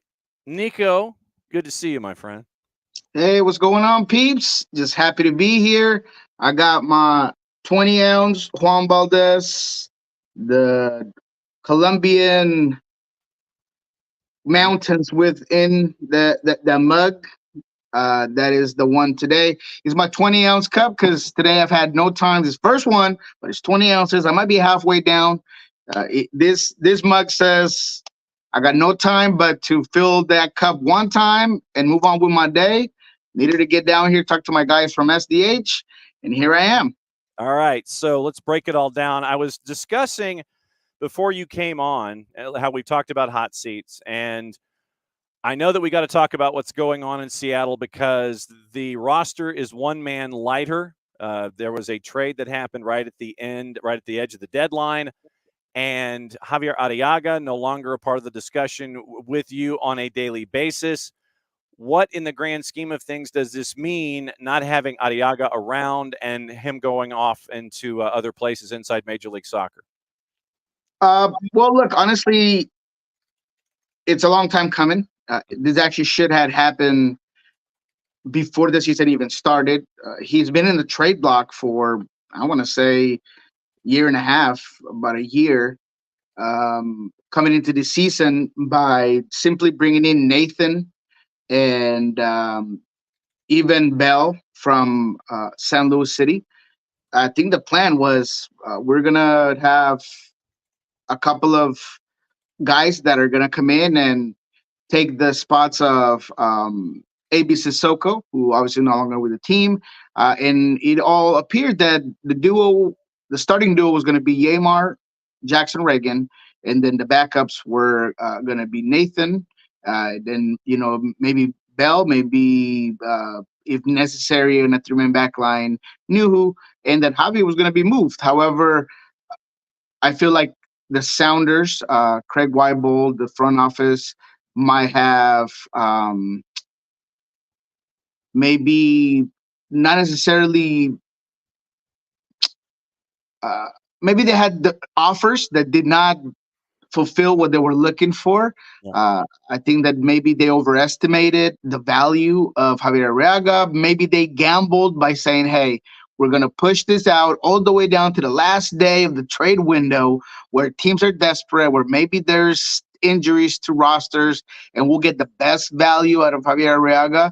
The only counter to that, counter effect, counterproductive point is that Javier never played. And you can, add value to a player that is sitting on your bench. And then in the last game as a sounder, he has a bad turnover in front of the 18 where he tries to take on two Vancouver attackers in a press situation, loses the ball, results in a goal. Lucky for the Sounders, that didn't matter. And the New England Revolution were in such dire need and in such an awful position that they decided to pick up the player. Now, this is not a knock on Javier Arriaga. I think that a lot of the mistakes, especially that one, goes to lack of confidence, maybe trying to do too much because you don't really get the minutes. Brian Smetzer even himself mentioned after the postgame that it had to do with lack of play time. So Revolution takes them. I think Seattle does a big time move because they take off the entire salary of the books. They get an international spot for 2025. Overall, they make about $1 million, a little bit over $1 million in cap space for the summer window. So that's a big move. They had the guys. They knew that they were going to be without him. So there isn't really a backlash to the team because he wasn't really supposed to be part of the plan. So I think everybody wins. Javier Arriaga himself wins because, to me, he is a starter in New England. He should walk into a starting position, something he didn't have here. He needed a change of atmosphere. He needed a change of scenery. And you could see it in his face, in his demeanor. He was working extremely hard. And look, honestly, training sessions have looked really well for him. And prior to that mistake against Vancouver, when the Sounders called his name, I thought he played very well. So all in all, it was the right move at the right time for everyone involved, including the player, including both clubs. So I just think this is a positive for absolutely everybody. There's no negative, no problem. Seattle is going to continue to move on without him. There was a lot of praising him because he was a part of the 2019 championship. He helped in the CCL run. He's a guy that was always positive and happy. And even when he was brought in as a player that was going to be a prospect and a future starter, he seemed like there was always someone in front of him. There was always Shane O'Neill or Kim Ki-hee or Jackson Reagan. He seemed like he never really was given that role like maybe Chad and Yamar and even Roman. I mean, he just never had that chance. So I'm just glad that he's gone. He's moved on, and I wish him nothing but the best. Before you came on, I was mentioning the current state of affairs for Seattle outside of Javier Arriaga's departure. And to folks who have followed Major League Soccer over any period of time, looking at this start for Seattle, we've seen it before. So I don't know if we're just numb to it and understanding that there are seasons where Seattle gets off to a slow start. And you look at what's going on, everybody sits there in another 15 matches or so, which would put you with about 10 or 12 to go. Everyone's freaking out about Seattle. They're below the playoff bar, and you got the gnashing of teeth. You have the hands and the wringing of the hands, and people are cracking their knuckles and trying to figure out what's wrong. And then you get the zombie Sounders run where they sneak into the playoffs, even though that's not sneaking.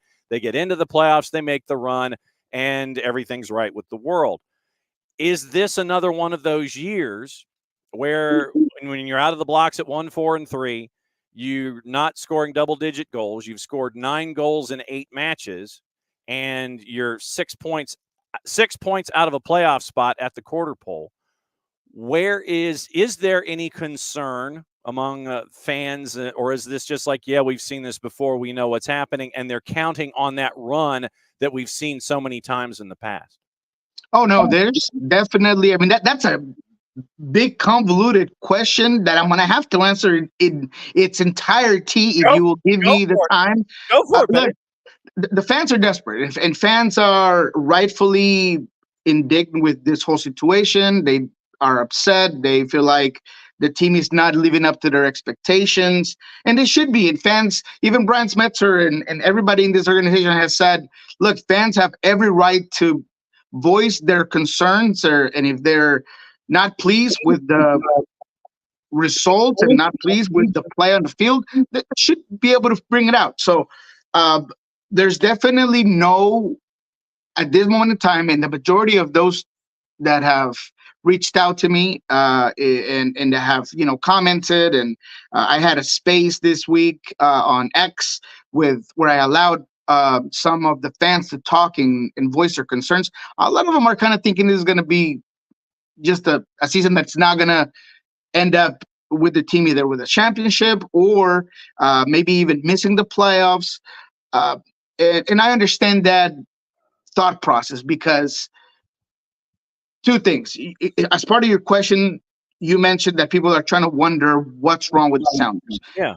I think that is a lot simpler than maybe people think, right? I mean, I've been saying from since last year, since the departure and well, almost certain departure of Nicolas Odero, that this was going to be the end of an era, of a golden generation, of a team that in the last decade went to 4 MLS finals, won a CCL. I mean, they were the top of the crop. This was a team that was unbelievable. There was, how many times did I try to ask Garth about, can they be a dynasty? And if they win maybe 1 or 2 of those other titles, then they will certainly be a dynasty. And, they're still in the conversation of it.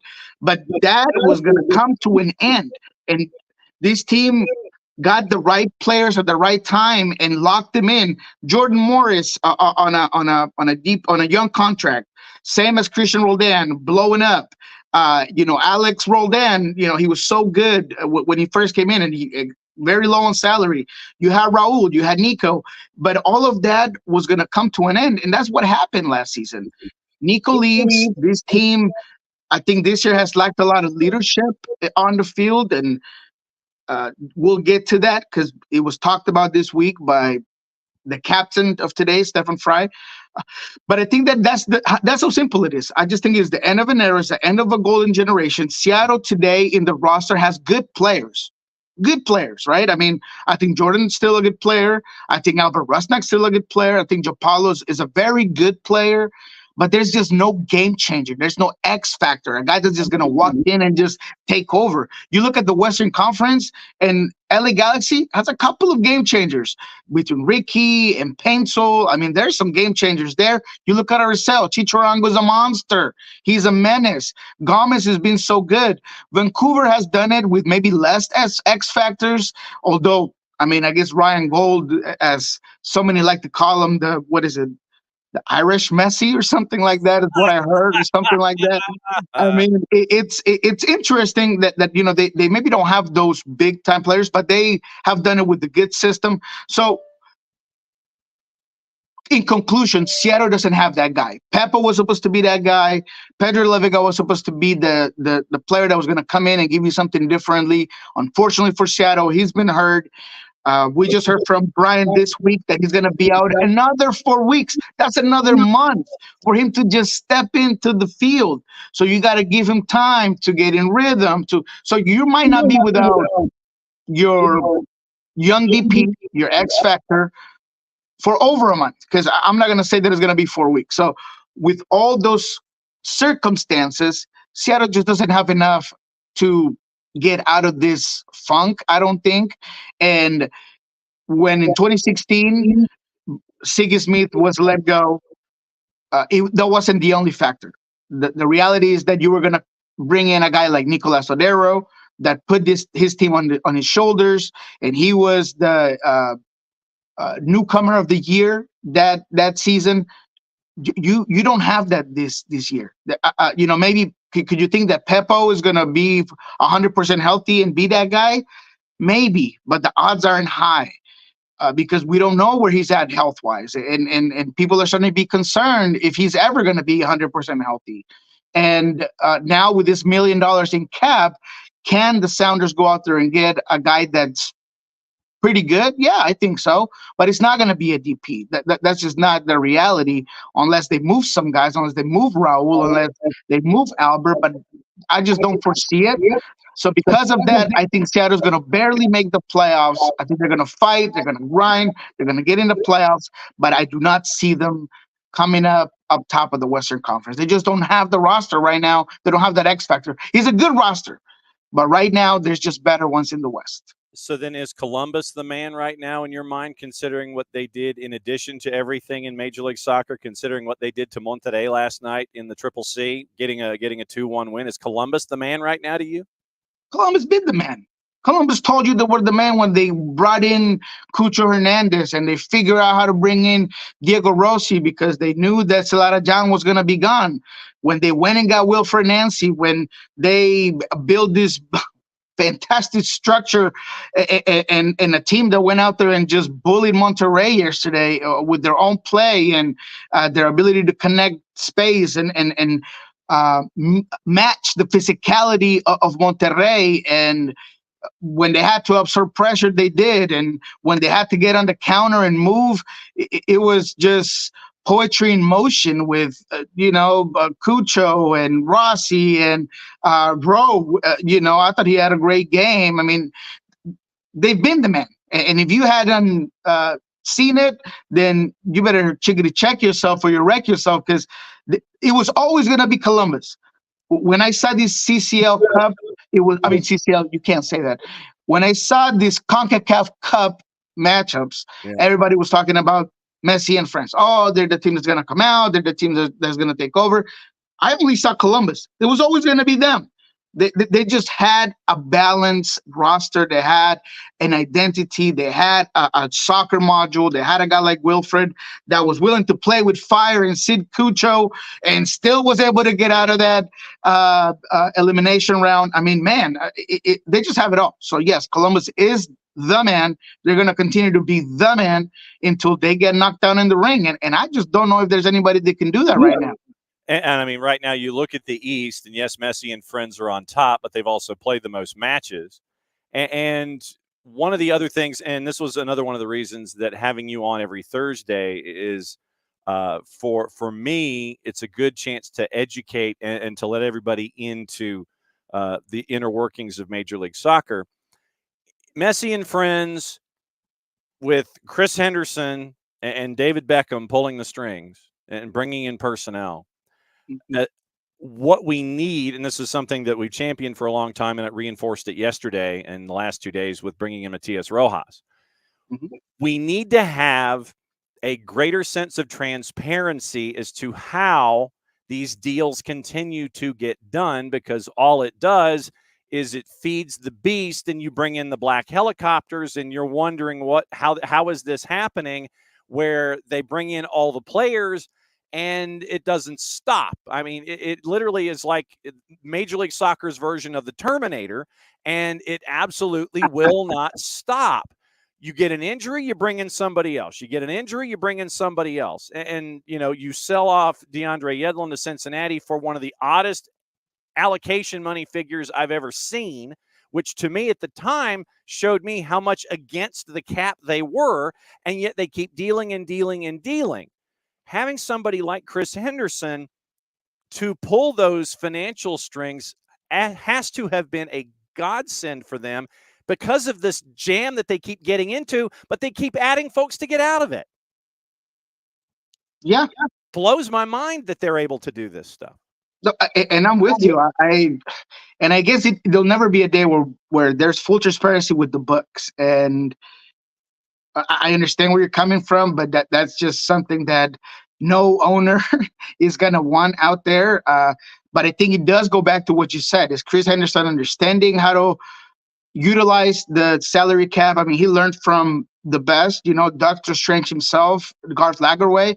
And because of that, I think that when you combine that experience plus his knowledge of the league and his network of scouting that was always fantastic here in Seattle.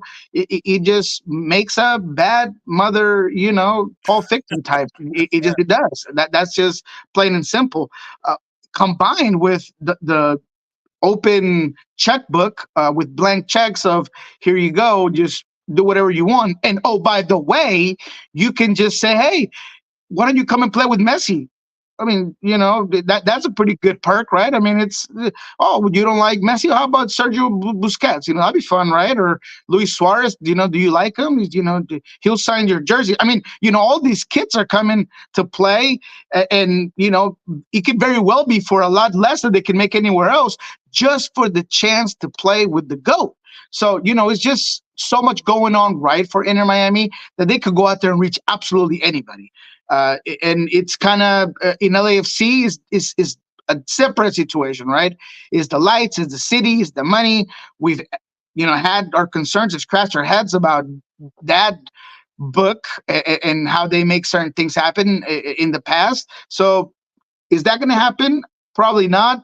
I don't think that's going to be as much of an issue, because I do believe that there are going to be changes with the salary cap. They're going to be adding some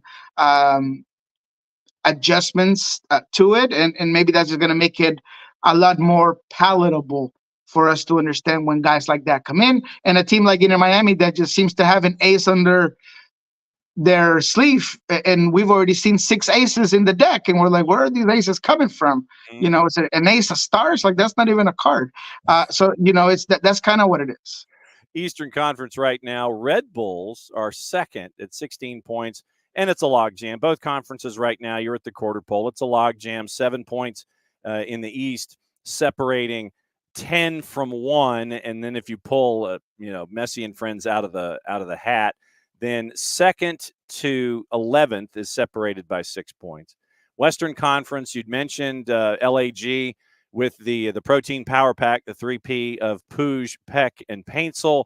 They're at the top right now. Vanni Sartini in Vancouver, in his system, doing it the way that they want. They've got guys that fit what they want to do. They're not pulling guys in saying, hey, square peg, fit into this round hole. It is doing it the way that Sartini wants it done, and they're doing well so far. RSL, you mentioned Chicho Arango. Colorado, Chris Armas is out to a solid start right now at 15 points. And starting to cook. Yeah. That's another team that they went and spent, and they brought talent, and we questioned it. It didn't look good. What was smelling out of the kitchen was just the onion and the garlic and the stuff that were just starting to prep, and now they're putting in their chicken and their rice, and now it's smelling pretty good, and now they're cooking. That team is beginning to pull the results. You're starting to see Jordy get some traction. In general senses, this team was pretty new, so we should have known that there was going to be a little bit of a learning curve, new coach, new system, new everything, and now they're putting it together. So those are the things that Seattle is going to have to kind of fight with. I look at the standings, and I see Timbers at 11, and I look at that roster, and that's not a roster for an 11th place team. So that's probably another squad that's going to continue to get better and continue to get better. And I told you guys about Santi Moreno. He's getting hot. And Anthony and Evander just looks like the weight of his shoulder of maybe, I don't know, leaving to South America or that being an option just off. And now he's just playing nice and cool and chill. And he just seems to do no wrong. So that's a tough Western Conference. Houston is where they're at, and Ache just got his first minutes, and they've had a whole bunch of injuries, and no Quinones, and guys they haven't even replaced, like Barrett. They're going to bring in a striker, so they're just getting better, and that's kind of the situation that, going back to where we started, puts Seattle in such a tough position, because when you're in a deficit of points and everybody around you is just getting better, even when you as a club and as a team start to get some traction, it might just be too late. I mean, in our space, in our X space yesterday, had Jeremiah Oshan of Sounder Hard with us, and he said, look, at some point it just becomes a mathematical issue, mathematical problem. It's just, you just don't have enough points, and now you have 2 road games back to back. That's difficult, man. It's tough. Yeah, and the way things are in each conference right now, you have a good week, you rocket up the table. You have a bad week, you could go from 2 to 10 or 3 to 11 or something like that. Time to play the game. And it is not necessarily the price is right. Although I will say that with you doing as well as you did last week, I know that one match in particular where we were staring at a total and going, you've got to be kidding me. Easiest play on the board, take the over in the Cali Classico at 3.5, and it ended up going at 7. So that wasn't the easiest play on the board for anybody. Let's roll through the matches. If there's one you want to talk about, you yell stop and we talk about it. Start things off, and it is all on Saturday. It is all stuff on Saturday. There is nothing going on because then you end up in the midweek with matches that have been postponed. So it is all on Saturday here, starting at 1:45 Eastern. Austin, dog at home. LAG on the road at a plus 127. I think you can take the over again there because you're going to have take. And I say point because I want you to give me the breakdown on the goals because the LA Galaxy have not just won 3 of the last 5 in Austin, but 3 of the last 5 between these two have had more than 3 goals. Was a 3-3 draw, or if it's a 3-1. I mean, for the LA Galaxy side, these teams have gone back and forth, and both of these teams really lack a defensive consistency. And I would think LAG is going to win this pretty easily, but maybe Austin scores 1 or 2 on this defense. So it's going to be a big one. So give me the compos on the goals. 3.5 over under at a plus 126. That's where it starts. So that's when it flips from a minus to a plus. 4.5 is a plus 277. Ooh, too rich for me. That sounds like a sucker's bet. So give me the 3.5 with the LA Galaxy, and I'll lock that in. There you go. So he locks that one in right out of the blocks. It's going to be a lunchtime kick at Q2. Crew hosting CF Montreal, the Wilfred Nancy Bowl. Crew heavy favorite at a minus 192. Seattle on the road at DC. Seattle an underdog. DC's a plus 131. Ooh, what's the number on Seattle? Plus 192 in the composite. I don't know if it's good enough for me. Look, there's a lot of turmoil in Seattle right now. I said I was going to touch a little bit on this. Stefan Fry mentioned that he had a players-only meeting with the team. That tells me something that I've been wanting to hear, and it's we got to make a change. I keep hearing it's still early. We're okay. We're going to be fine. Trust the process. It's too late for that. It's over. It's over. It's not early in the tournament. You got to get going. These teams are getting going. I finally heard Jordan Morris say yesterday, are we against the wall? Yes, we're against the wall. Good. Now you come and attack like a rabid badger because you're cornered. That's what this team needs, is a little fire in their behind. And look, if Niko Moreno got to take the heat because, hey, Brian Spencer has come straight at me, quoting my tweets and all of these things. Hey, you know what? I'll be that guy. It's okay. I got to ask the questions. I got to, bring up the stuff. Steph from Fry called the people that were talking about Joe Paulo not being backed up by his friends, that it was just BS, that they don't know the locker room. Hey, look, you know what? That's just what I see. Oh no. Oh, look at that. Look at that. Oh, man. I've had that happen so many times. It's an old tripod that I got to fix, but it's all right. That's part of it. That means, Niko, be quiet about the Sounders. Wow. I'm not taking this one at all. I don't want anything to do with these bet. I do think DC United kind of has the odds on their side, and I think they do end up winning this game, but it'll be a heartbreaker. I think Seattle will play well. I think Seattle will score, but at the end of the day, I think DC is just too much on the offensive side. All right, so let's continue to rock and roll through the grid here. Cincinnati hosting Colorado. Cincinnati's on the minus side. Messi and friends are at New England. Messi and friends are favored at a plus 114. NYC on the minus side hosting Charlotte. Red Bulls are on the minus side heavy at a minus 154 hosting Vancouver. Vancouver on the road is a plus 400 at Red Bull Arena. Draws a plus 400. Draws a plus 293. What's the draw? Plus 293. Ooh, I'm going to go with the draw.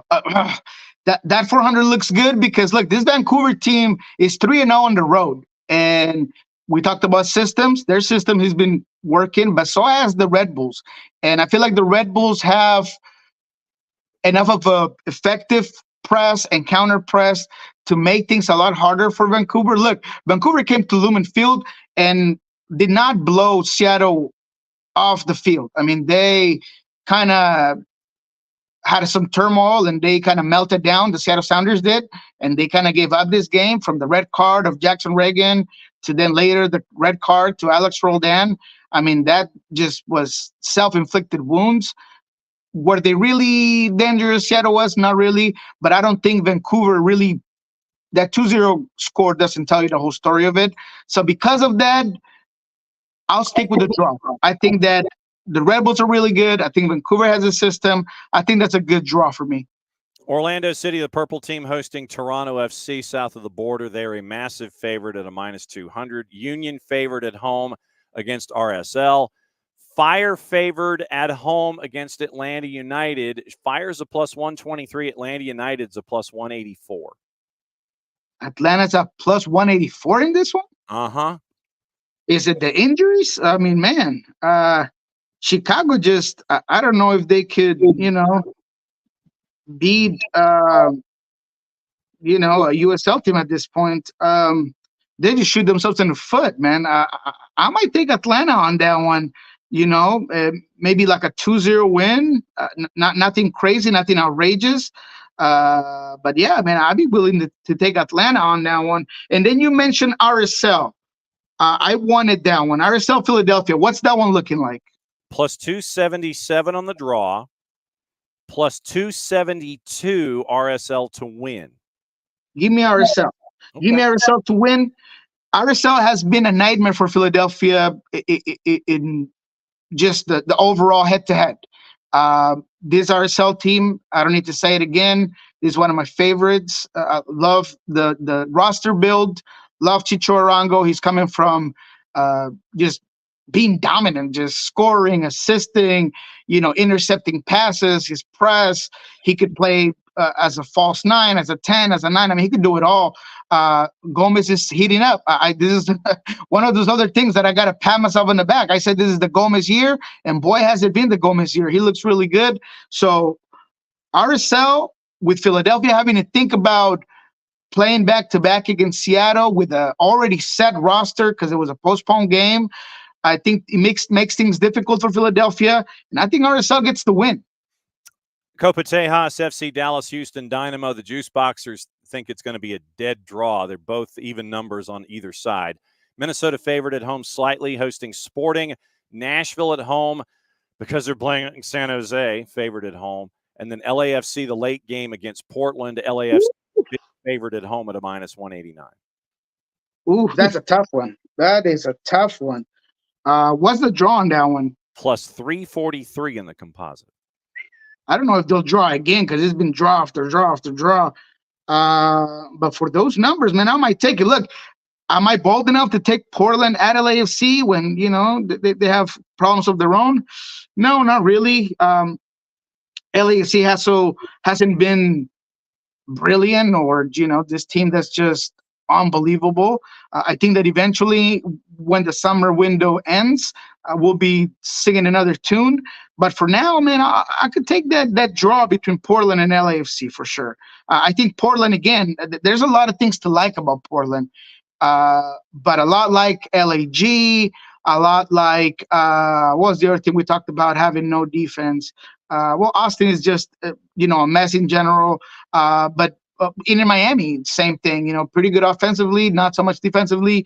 Portland has those same issues, especially in midfield. Diego Charay, you're starting to finally see that the fountain of youth has maybe drawn out. I mean, you're starting to see him slow down, and he just passed Wondolowski for most matches for one particular club, and he's been a legend. He's been so good, but you're starting to see that age hit. So I think defensively they've struggled, but on offense, man, again, love Evander. I think Felipe Mora is starting to come through for him, and if that guy gets hot, it gives you a different type of scorer up top.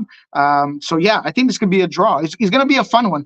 Give me the goals just for fun. What's the goals on this one? All right, the goals on this one. Where did I do it? Oh, there it is. Wrong tab, wrong computer. All right. So LAFC and Portland. We'll start with 3.5, just as a base, as a knowledge base here. So 3.5, you're at a plus 140. Mm-hmm. 4.5, you're at a plus 301. No. So you're gonna go. You're gonna go safe at 3.5 at plus 140. Yep, give me the draw and give me the 3.5. I think that's a solid pick, and we'll see how that goes. But we have been doing pretty good, man. That LAG plus the goals really did well for me. So I think we've done good, man. I'm excited. We're on a roll here. Let's keep it going. All right. So what's going on, Soccer Bar and Pulso Sports? All right, Soccer Bar will be back here in just a few minutes. I don't have the rundown right in front of me, but we're going to be getting into, obviously, the big win by Columbus. We're going to break that down. We're going to go in depth. We're going to hear the protagonist there. We're going to hear from Wilfred. We're going to hear from Cucho. We're going to talk about the next upcoming MLS week, of course. Talk about Javier Arriaga, what some of his teammates, say about his departure, the impact he could have over there. In our Pulso Sports, you could also find Brian Smetzer being very spicy this week, coming at the press guys, talking about moving on from that meltdown. You could also hear Stefan Fry talking about the similar things. And I will be adding that X space we had yesterday. It was so much fun. So many people were able to hop on, talk about their concerns on Craig Weibel, their concerns on the team, what's going on. Jeremiah was on, talked for a long time. So that was really fun. I'm going to put the audio into a video, and we're going to put that in our YouTube channel. So check that out. We should have that up by the evening of today. Looking forward to it, as always, my friend. Thanks for hanging out with us here, and we will see you next week. Thank you, my friends. Have a good one. Enjoy it. All right. That is Niko Moreno. And it's always great to catch up with Niko and get his thoughts on everything Major League Soccer, not just Seattle, not just the West, but all across the board. Okay. Once again, programming reminder, 6 o'clock, a little before, Trinity Christian at Perry. That is on our Mixlr site, soccerdownhere.mixlr.com. If you're accessing it through a web browser, download the Mixlr app, Mixlr.